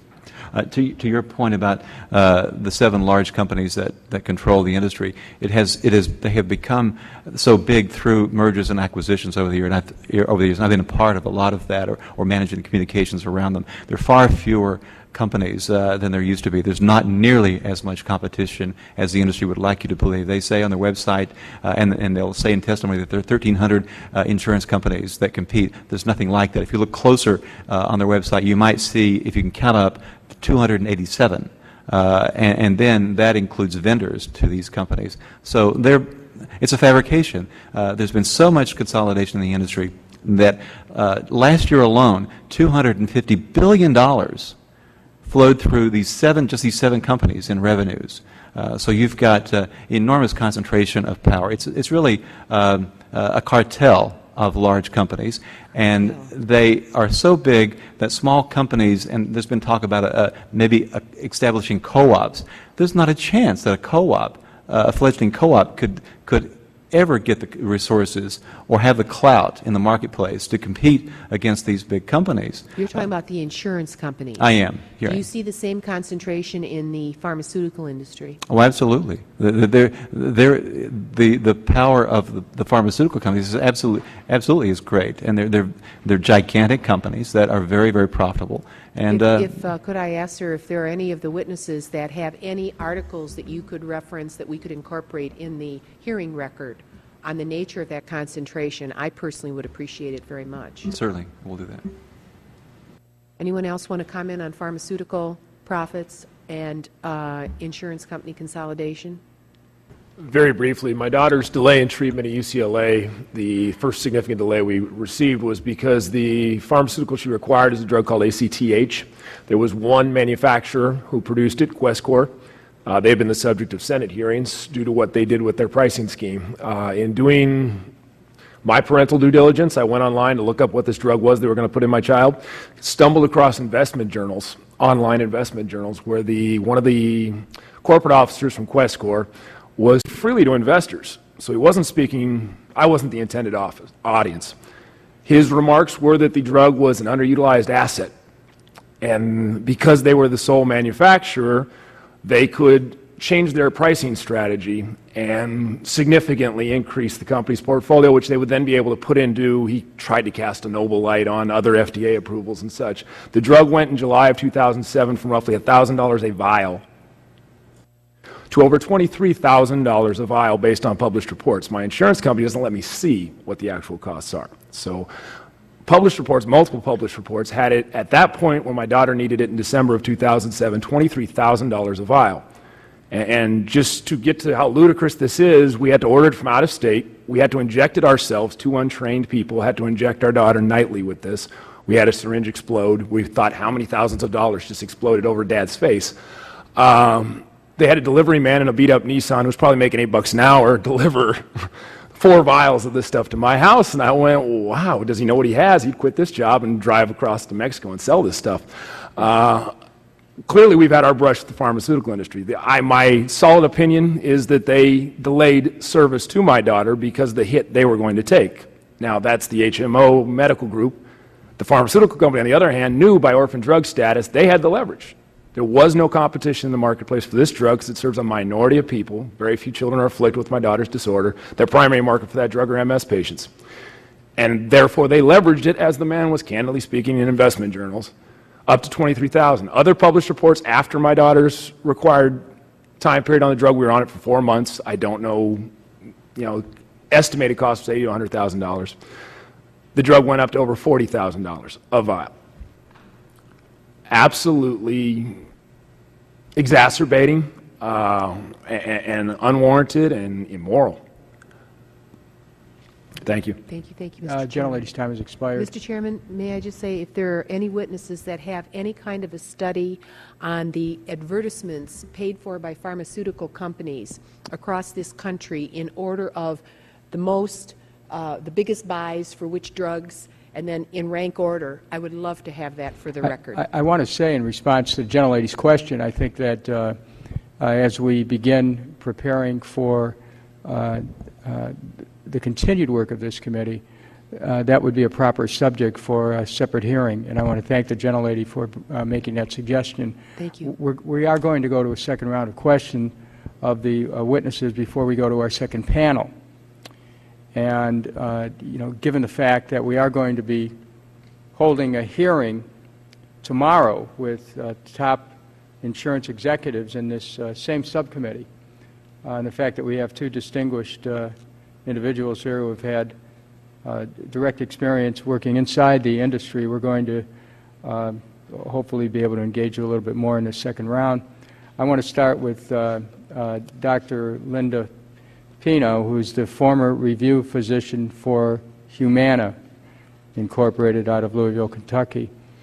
Dr. Pino, the evidence on which evidence-based medicine is supposed to rely is by its nature public, peer-reviewed journals, for example. But the detailed standards of care used by private health insurance companies are proprietary, meaning that it's their business and not ours.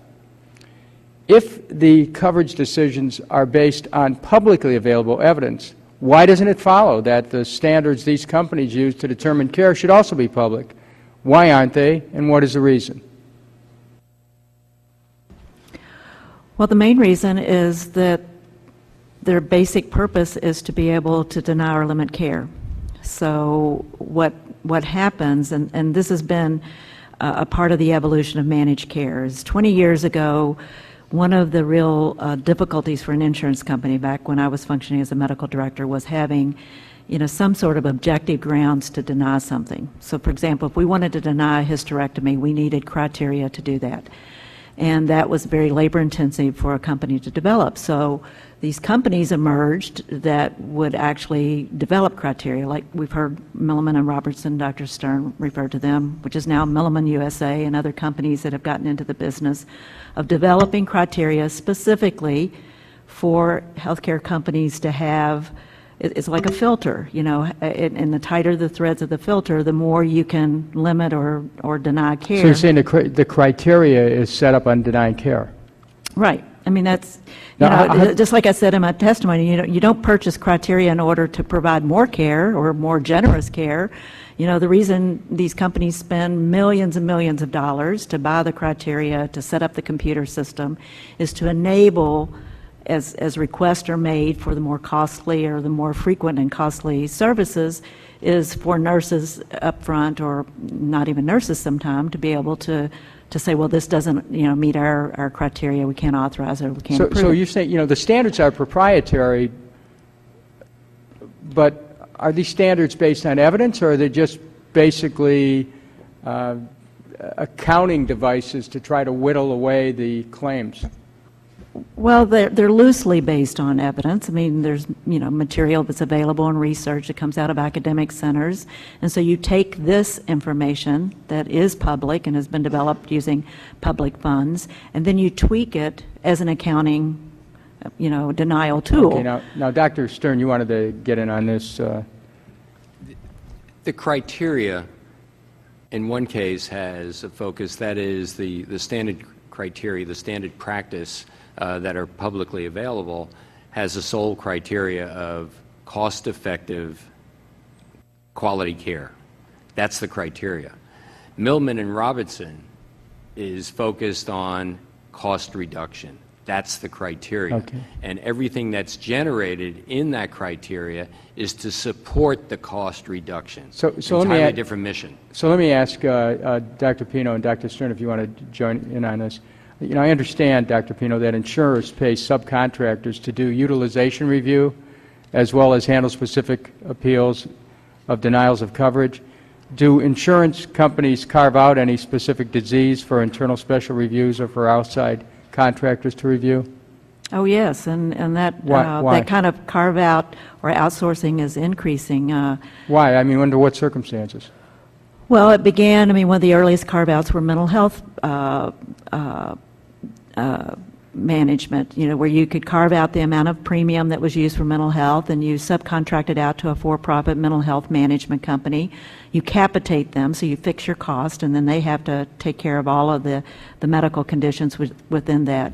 And then that has slowly emerged and grown into, now we have disease management companies that will manage a single disease like congestive heart failure or asthma or diabetes or other conditions. So you have a whole industry that's set up around trying to figure out how to lessen the amount of claims. Exactly. So the patient is just carved up. Let me just ask you, I've got a limited time here to just ask one final question. A person signs up with an insurance company. They receive a policyholder's book that describes all the procedures and costs that are supposed to be covered. Does this mean an insured person will then be covered for all the things listed in the book? Yes or no? No. And then is there one standard of medical necessity across the industry? No. It can even differ within the same company and the same plan. Is there any one standard of medical necessity within each company? No. Okay, my time's expired. I'm going to now go to Mr. Jordan. Go ahead. Thank you, Mr. Chairman. Let me ask Mr. Gindner now, like Ms. Ackley, the harassment you went through dealing with the insurance companies. Are you in favor of a single-payer system, government-run system, the public option that's received so much discussion of late, or do you think that that just replaces one, you know, instead of having the insurance companies give you harassment, you now have the government? We know from many countries that have this, at least from what I've read, there are waiting lists, there are difficulties, there are rationing of care eventually when you go that. So do you want us to fix what happened in your situation, make the insurance companies do what they said they were going to do when you bought the policy and paid your premiums, did everything right, or are you in favor of like throwing it all out and going to a single-payer government-run system? And I mean, you obviously know where I'm coming from. I look at this, the most recent example of government starting a big program, and I just talked with a car dealer the other day, still waiting on 75% of the dollars that the Cash for Clunkers program is supposed to get to him. So I think there's lots of examples where you have bureaucracy that don't meet the customers' needs and demands in at least in a timely fashion. So fill me in. Well, I am in support of a public system, but as from our experience, things that would have been beneficial with the private industry would include federal oversight of that. You know, the appeals process that we went through, supposedly once my dad's appeals went to the reviewing foundation, we were supposed to get a decision within 48 hours. The first appeals process... Was that a state review? Was that through the state insurance commissioner? That was coming from the insurance company itself, told us that we would get a response. The first appeal process, the hospital received the decision 6 days later, and then my dad received the decision 9 days later. On the second appeal process, the insurance commissioner's office received a decision 10 days later, and then my parents received it 13 days later. So, but there was nothing to hold them accountable for that. Some other things we encountered was, you know, the foundation who is reviewing my dad's case is getting paid directly by the insurance company. So, I don't know, that seems a little odd in our... But Ms. Ackley, your short answer is you think a single-payer government-run system, you would be for moving completely to that type of system? I think there's benefits with a public-run system, but I don't see the private industry being eliminated. Okay. You don't. I mean, I guess my question: you don't think we substitute one set of hassles for another if we go that direction? No, I'll go to you, Mr. Thank you for the chance to address the question. I think, to revert to what you're speaking about earlier, health savings accounts as a sole measure for health care are woefully inadequate. I'm not saying that. I'm not saying there. Yeah. I don't believe putting things solely in the hand of government is the solution. I believe that a public option is a necessity to provide a baseline. I think, as a member of the Republican Party myself, I think we talk out of both corners of our mouth when we express concerns about government inefficiencies on one hand, not being able to get it done. Yeah. And on the other hand, we say, but if the government provided a public option, we would undercut, lowball the price in health care and run the private sector out. Which is it? It's one way or the other. It isn't both, unless we're not dealing direct. I think there's a desperate need for regulation so that the consumer, the end user, has recourse. We have none now. The way it's set up now, our employers largely negotiate with a limited pool of providers to figure out what choices we have. Then the employee gets to select from that menu, and then we get to sub-select a doctor who's covered under that. Now, I did it backwards. I found good doctors and then went up the chain of command. I'm fortunate. I work at a huge bureaucracy of 80,000 employees, and the employees pick our contracts. If I had worked at a small mom and pop who was nice enough to give us coverage, I wouldn't have had that luxury. We've been audited repeatedly, and we've got some of the most effective policies in this country, thanks to the employee unions who negotiated. That all said, my doctor is handcuffed because they determine through their best judgment what the proper care is, and it's constantly meddled and interfered with by people who are looking at one thing: how can they do this less expensive? I don't believe that in the United States of America a single-payer government system is what would be best at this point in history. I do believe that it's incumbent upon all of you to survey the world, just like a business would if you want to continue on the business model. If I want to know how my competition's beating me, I'm going to go find out what they're doing. I'm going to take their best ideas and make it work within my... Let me ask you this question, because I think your statements, sort of beg this question. If, in fact, the government's running it, what's our recourse then if we don't like what they decide? You get hassled. What's our recourse then? I can tell you that the services I do get through the government for my daughter, we've had almost no problem with, and when we do, there is a clearly identified appeal process with a clearly identified timetable, with a clearly identified resolution. Nobody's going to be happy all the time. That's just not realistic. As the proud son of a Dutch mother, I could tell you the waiting lists that you speak about are not a reality in the Netherlands, and it hurts me as a father and as an American, and my relatives have offered to take my daughter and I in because we wouldn't be facing the delays and denials that we are here. As the proud husband of a Belizean American, when we traveled to Belize, a third world Central American country, my daughter got sick on the flight over. We were hospitalized for 4 days. The bill was $7. $7 in a country where children don't have shoes to go to school. A proud country, a beautiful country. I certainly don't want to take on the context of maligning the country, but clearly a poverty-stricken nation. 4 days of hospital care with medication, $7.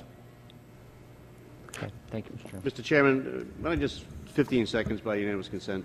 I think the answer to the gentleman's question clearly is what happens if you don't like what the government is doing. It's government. You have a vote and you change it.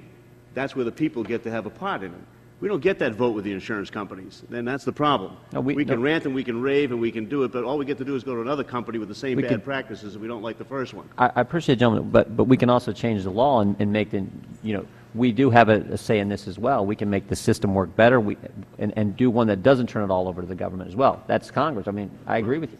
We can act. If you've got gentlemen for strict regulation, we can all get there pretty soon. I want to thank both of my colleagues for that exchange. The great thing about this committee is that we like to hear what each other has to say. Mr. Cummings, you're recognized. Mr. Gendernart, is it pronounced right? Yes, sir. I think you're saying what I'm feeling. I just want us to have an effective and efficient system that also has an element of empathy. The President used to talk about, and I guess he still does, a society where we have an empathy deficit, because we can put all of the rules and regulations in place, but if we don't have people in those places that see people as more than a number or more than a statistic, or not worrying about a bonus over the life of a person, it won't make a lot of difference. But I want to go to, so I agree with you, Mr. Potter. What is let's put you in the place in your old position, and somebody walked into your office and said, Potter, we got a problem. Those folks over there on Capitol Hill, they've come up with this thing called a public option. What do we do about that? In other words, I'm trying to figure out. I hear the insurance companies on one hand say that they're worried about not being able to compete, but on the other hand, saying that there are certain things that they have to have well, the first thing they don't want is a public option, and I'm just kind of trying to figure out what would be the concerns. What are those concerns? And then I'd like to hear from you, Ms. Spina, also. Go ahead. Yeah. Well, actually, and are they legitimate? Well, the insurance industry actually has had this concern, has been preparing for opposition to the public plan since before Barack Obama was elected president, and I was there during a lot of the meetings in which we reviewed every presidential candidate's platform for health care reform. And as you probably know, President Obama, Senator Clinton, and Senator Edwards all had the public option as a central component of their campaign platforms. So the industry had a long time to develop the strategy to try to oppose that. And what we're seeing now is it being carried out. And they've been saying the things that we've been hearing that make no sense, that it'll put them out of business because it'll be run too efficiently, on the one hand, or that we should oppose it because it's a government-run system. They want to try to they want to defame it and make it seem as if this is a government takeover of the healthcare system. Those are the terms that they use. That's part of the strategy that was developed a long time ago. It's been an evergreen phrase that works for them every time there's an attempt to reform the healthcare system. What are they afraid of? They're afraid of having something that might take a little bit of revenue from them. If there's no public option, and if you have an individual mandate, look what happens. Everybody has to buy their product. And if the person can't afford that product, then you and I and other taxpayers will have to pay the subsidies. And those subsidies, the premium dollars that the people will pay and the tax dollars that subsidize them, will flow right into those for-profit companies, or all those companies for that matter. And then a lot of that will be taken away and go into shareholders' pockets. That's what they don't want to have another competitor. They've been consolidating for many, many years, taking the small players out, gaining control of markets and market share. So of course they're going to try to oppose anything that would compete with them, but certainly anything that could operate more efficiently. When I hear the insurance companies say, we're ready to come to the table, we'll get rid of the pre-existing conditions, we'll get rid of the rescissions, and they go through all of that, it makes it sound as if they're basically admitting that this stuff is wrong.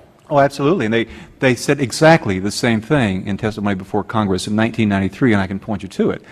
They know that's wrong. But after the plan failed, the Clinton plan failed, did you see them coming here to Congress and ask them to change the laws? No, of course they didn't. They have thrived. They've made tons and tons of billions of dollars with the system that we have now. They're not sincere. It's just rhetoric.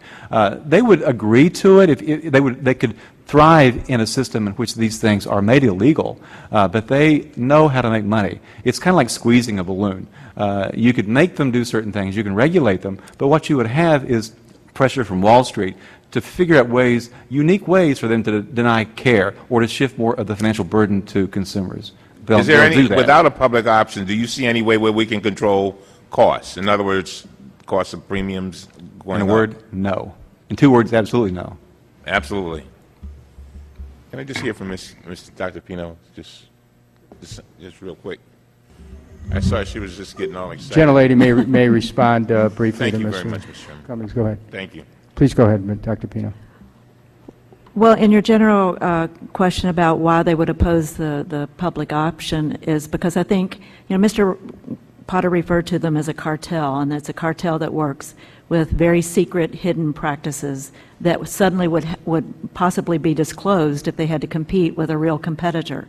So all of these methods, these secret, hidden methods for profit maximization would become more public. And they could come to the table and they could say, oh, well, we will give up pre-existing conditions, we'll give up rescission, but that's only because they have so refined all of the other methods behind the scenes. And I see this in case after case after case where I've worked as an expert witness where, after, all of the labor of finally getting documents that have to be compelled by a judge, and we see the inner practices.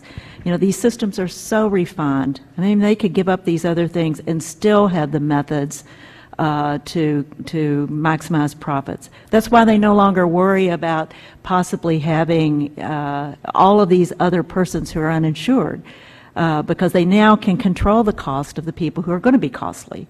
It's a process that's been refined over the past decade in ways that are just unimaginable and would take, days to explain how all these devious methods work. Thank you very much. I would say that it would probably be to the great benefit of Congress to have still another hearing of this subcommittee where we actually would go into great detail about how all these means and ways are used to deny coverage. The chair recognizes Ms. Capter for 5 minutes. Thank you, Mr. Chairman. Mr. Potter, do you have the ability to put on the record the profit margins of the largest insurance companies that you've been referencing?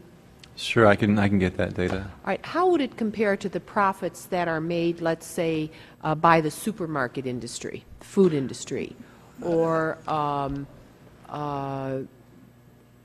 the clothing industry? I mean, how would you compare from your knowledge of the industry? The profit margin is higher than grocery stores, and I haven't compared all the other sectors of the economy.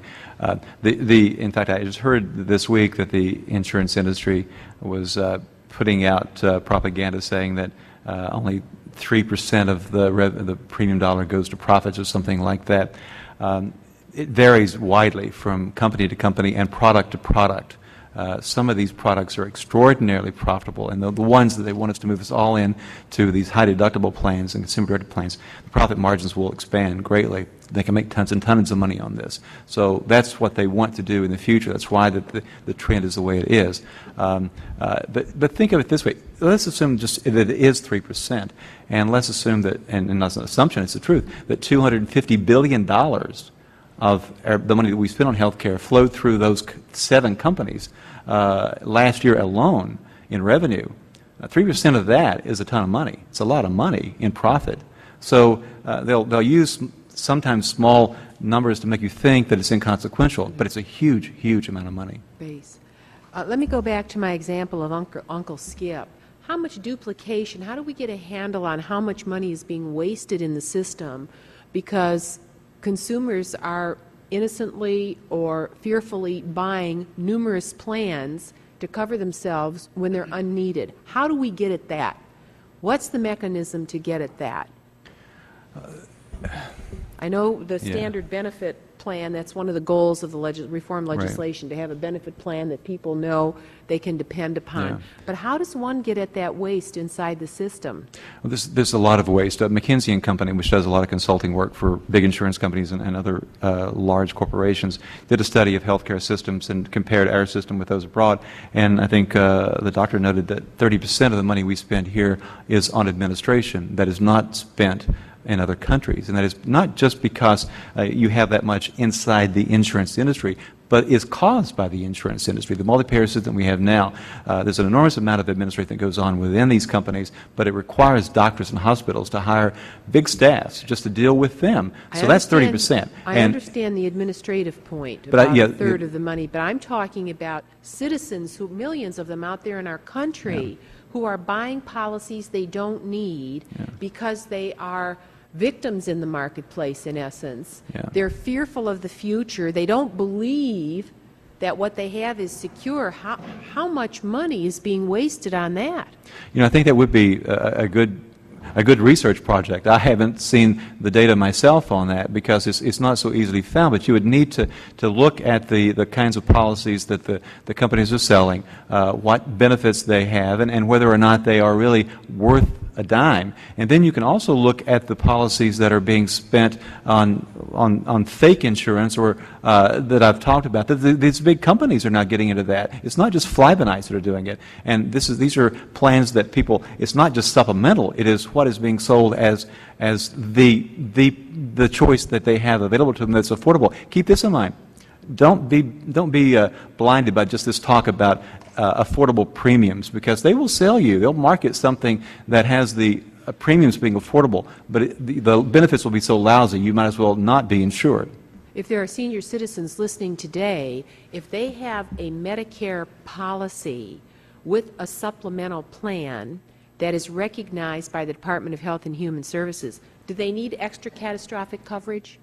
I don't think they would. I mean, the basic Medicare benefits are pretty good. If you've got a reasonably good supplemental plan, then I can't imagine why you would need to shell out a lot more of your scarce resources for. And where the fault line is the public, large numbers in the public don't understand that. Exactly, they don't. And so there are people that play that portion of the market. There are firms that play that portion of the market, and they force product on people that is really unnecessary. And I can't think of a place, I know we have a state insurance commissioner in the state of Ohio, you can call that number, but this issue of consumer protection and insurance plan buying is very important, and money is being wasted all over this country by people who are so scared that they're buying what's unnecessary. We really need to look at that arena. It's huge. It is, and it brings up a point that I'd like to make. In the inadequacy of state regulation, they do review marketing materials, but they don't have the resources to do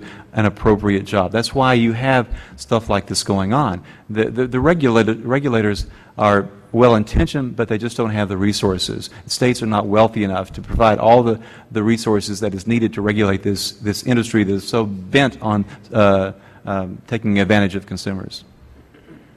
I thank you very much, and I know, Mr. Chairman, my time has expired.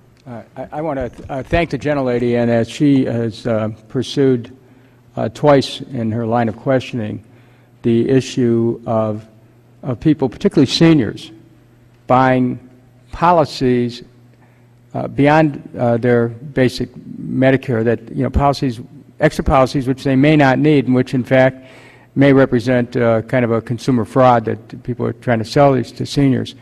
I just want the gentlelady to know that I've just talked to staff, and that is something that we are interested in pursuing to the level of a hearing. We would work with the gentlelady, and perhaps we could get Uncle Skip here to testify. Thank you very much. Well, you're welcome, and I just want to say this is the Ohio committee now.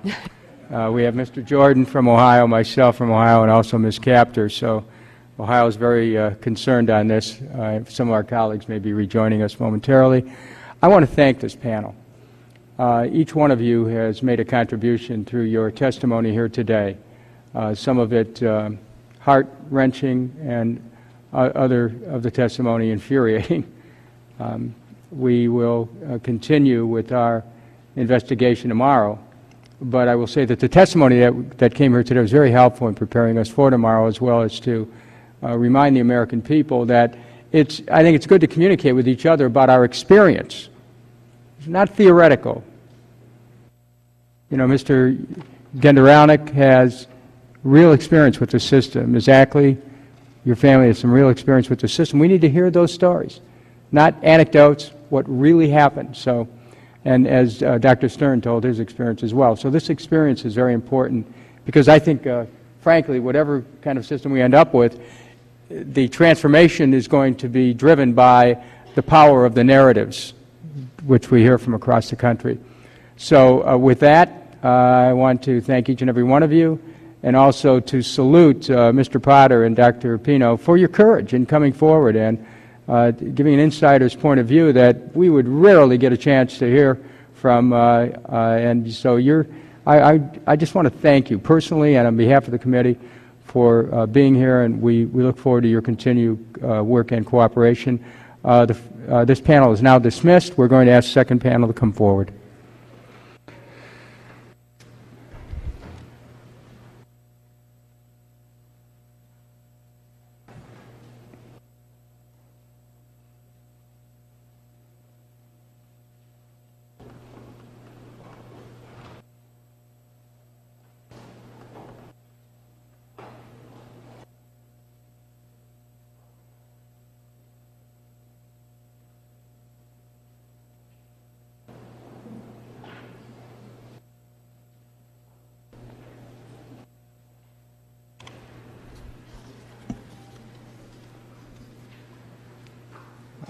As the staff is getting the table ready, I just want to remind everyone that this is the Domestic Policy Subcommittee of Oversight and Government Reform.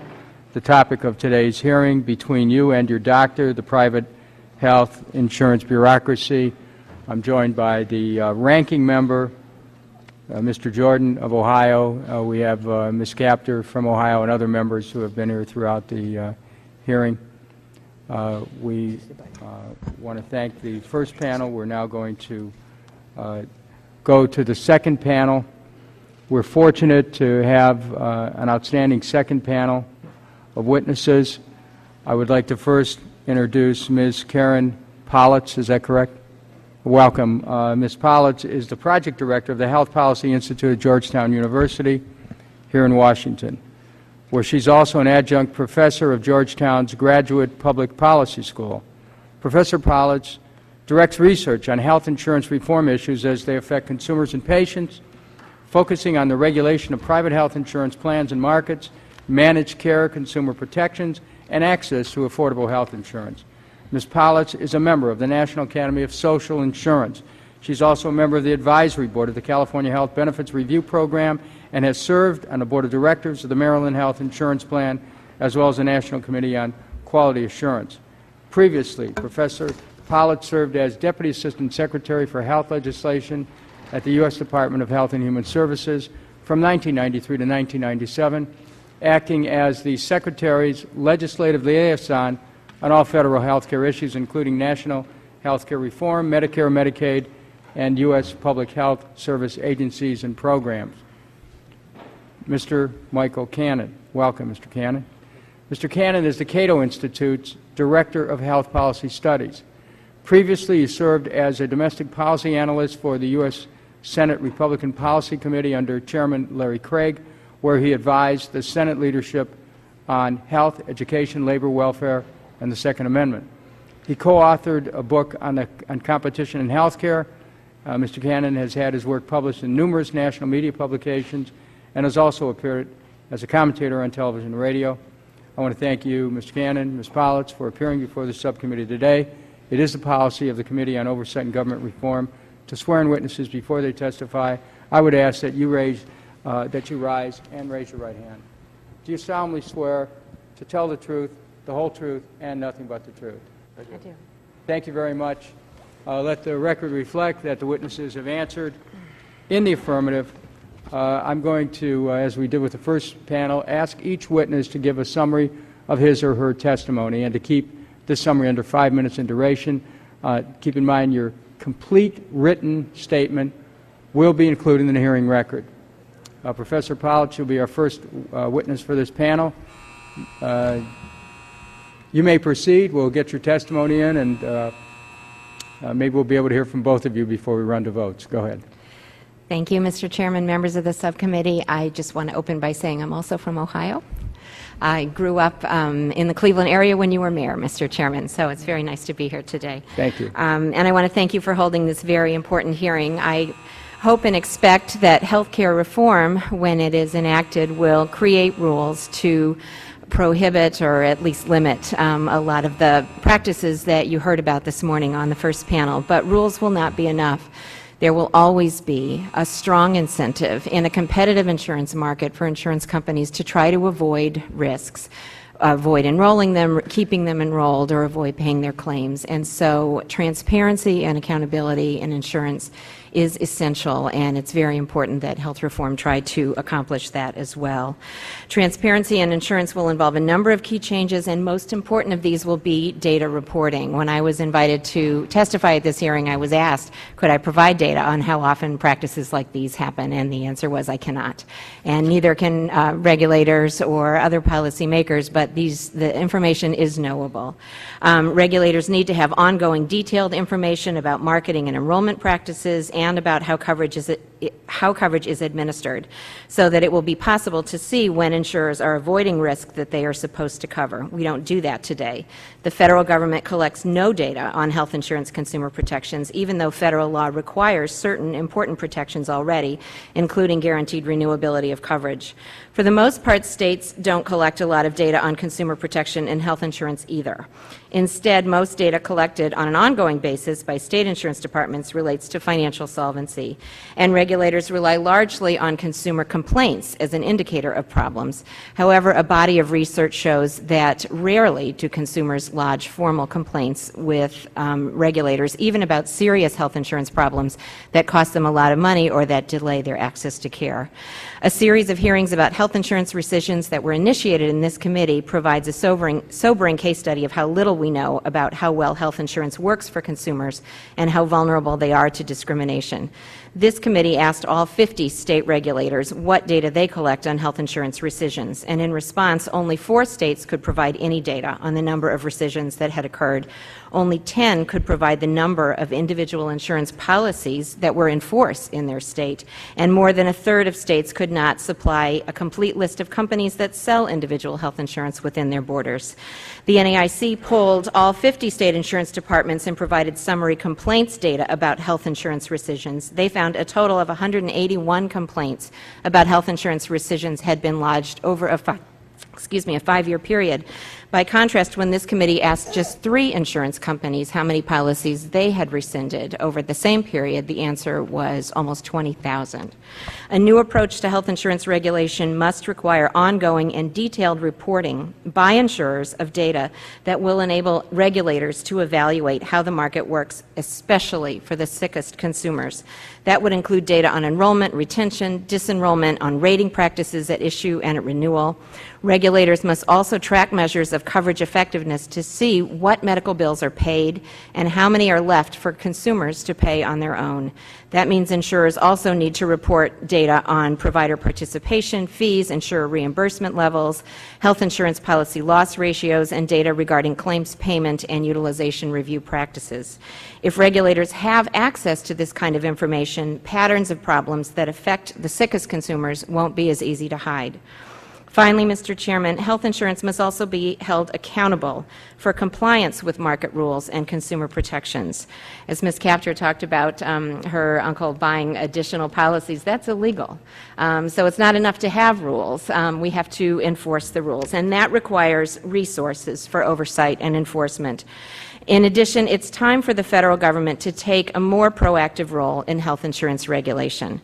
Current federal capacity for private health insurance oversight and regulation is practically non-existent. Last year, a witness from CMS testified that that agency dedicated only 4 part-time staff to HIPAA private health insurance matters for the entire nation.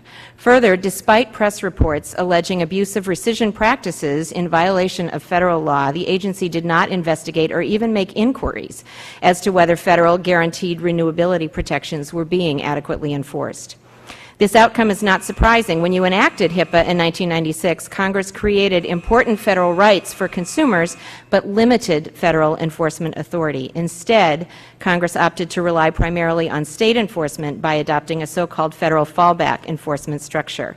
Federal enforcement is triggered only as a last resort once a finding is made that states have not adopted and substantially enforced federal minimum standards. Under this structure, it's not surprising that the federal government lacks oversight and enforcement capacity. It doesn't make sense to build and maintain capacity that you don't expect to use. So you rely on the states instead, but unfortunately, limited regulatory capacity is a problem at the state level as well. Insurance department staff have been cut, and states are overworked. It's time for the federal government to assume an active and effective role in enforcement of federal health insurance standards and to require transparency so that we can see how coverage works. I thank the gentlelady. Mr. Cannon, you may proceed for 5 minutes. Thank you, Mr. Chairman, for this opportunity to share with you my thoughts about providing secure health insurance to American consumers. How do we ensure that insurance plans honor their commitments to care for the sick? It's a problem whether we're talking about private insurance plans or government plans. Private plans, whether through indifference or incompetence, do sometimes shirk on those commitments. So does government. In 2007, a 12-year-old Maryland boy named Diamante Driver died because his mother could not access the care that Diamante was supposedly guaranteed under a government health plan. As former Senate Majority Leader Tom Daschle acknowledges, even if we achieve universal coverage, some percentage of patients will fall through the cracks. Healthcare is a human endeavor. That means perfection is not an option. Our task is to find the set of rules that least often leaves Americans in the position of Diamante Driver and his family. In my written testimony, I cite a growing body of economic literature that finds that lightly regulated insurance markets perform actually much better than critics suggest, providing secure coverage to millions of Americans with high-cost illnesses.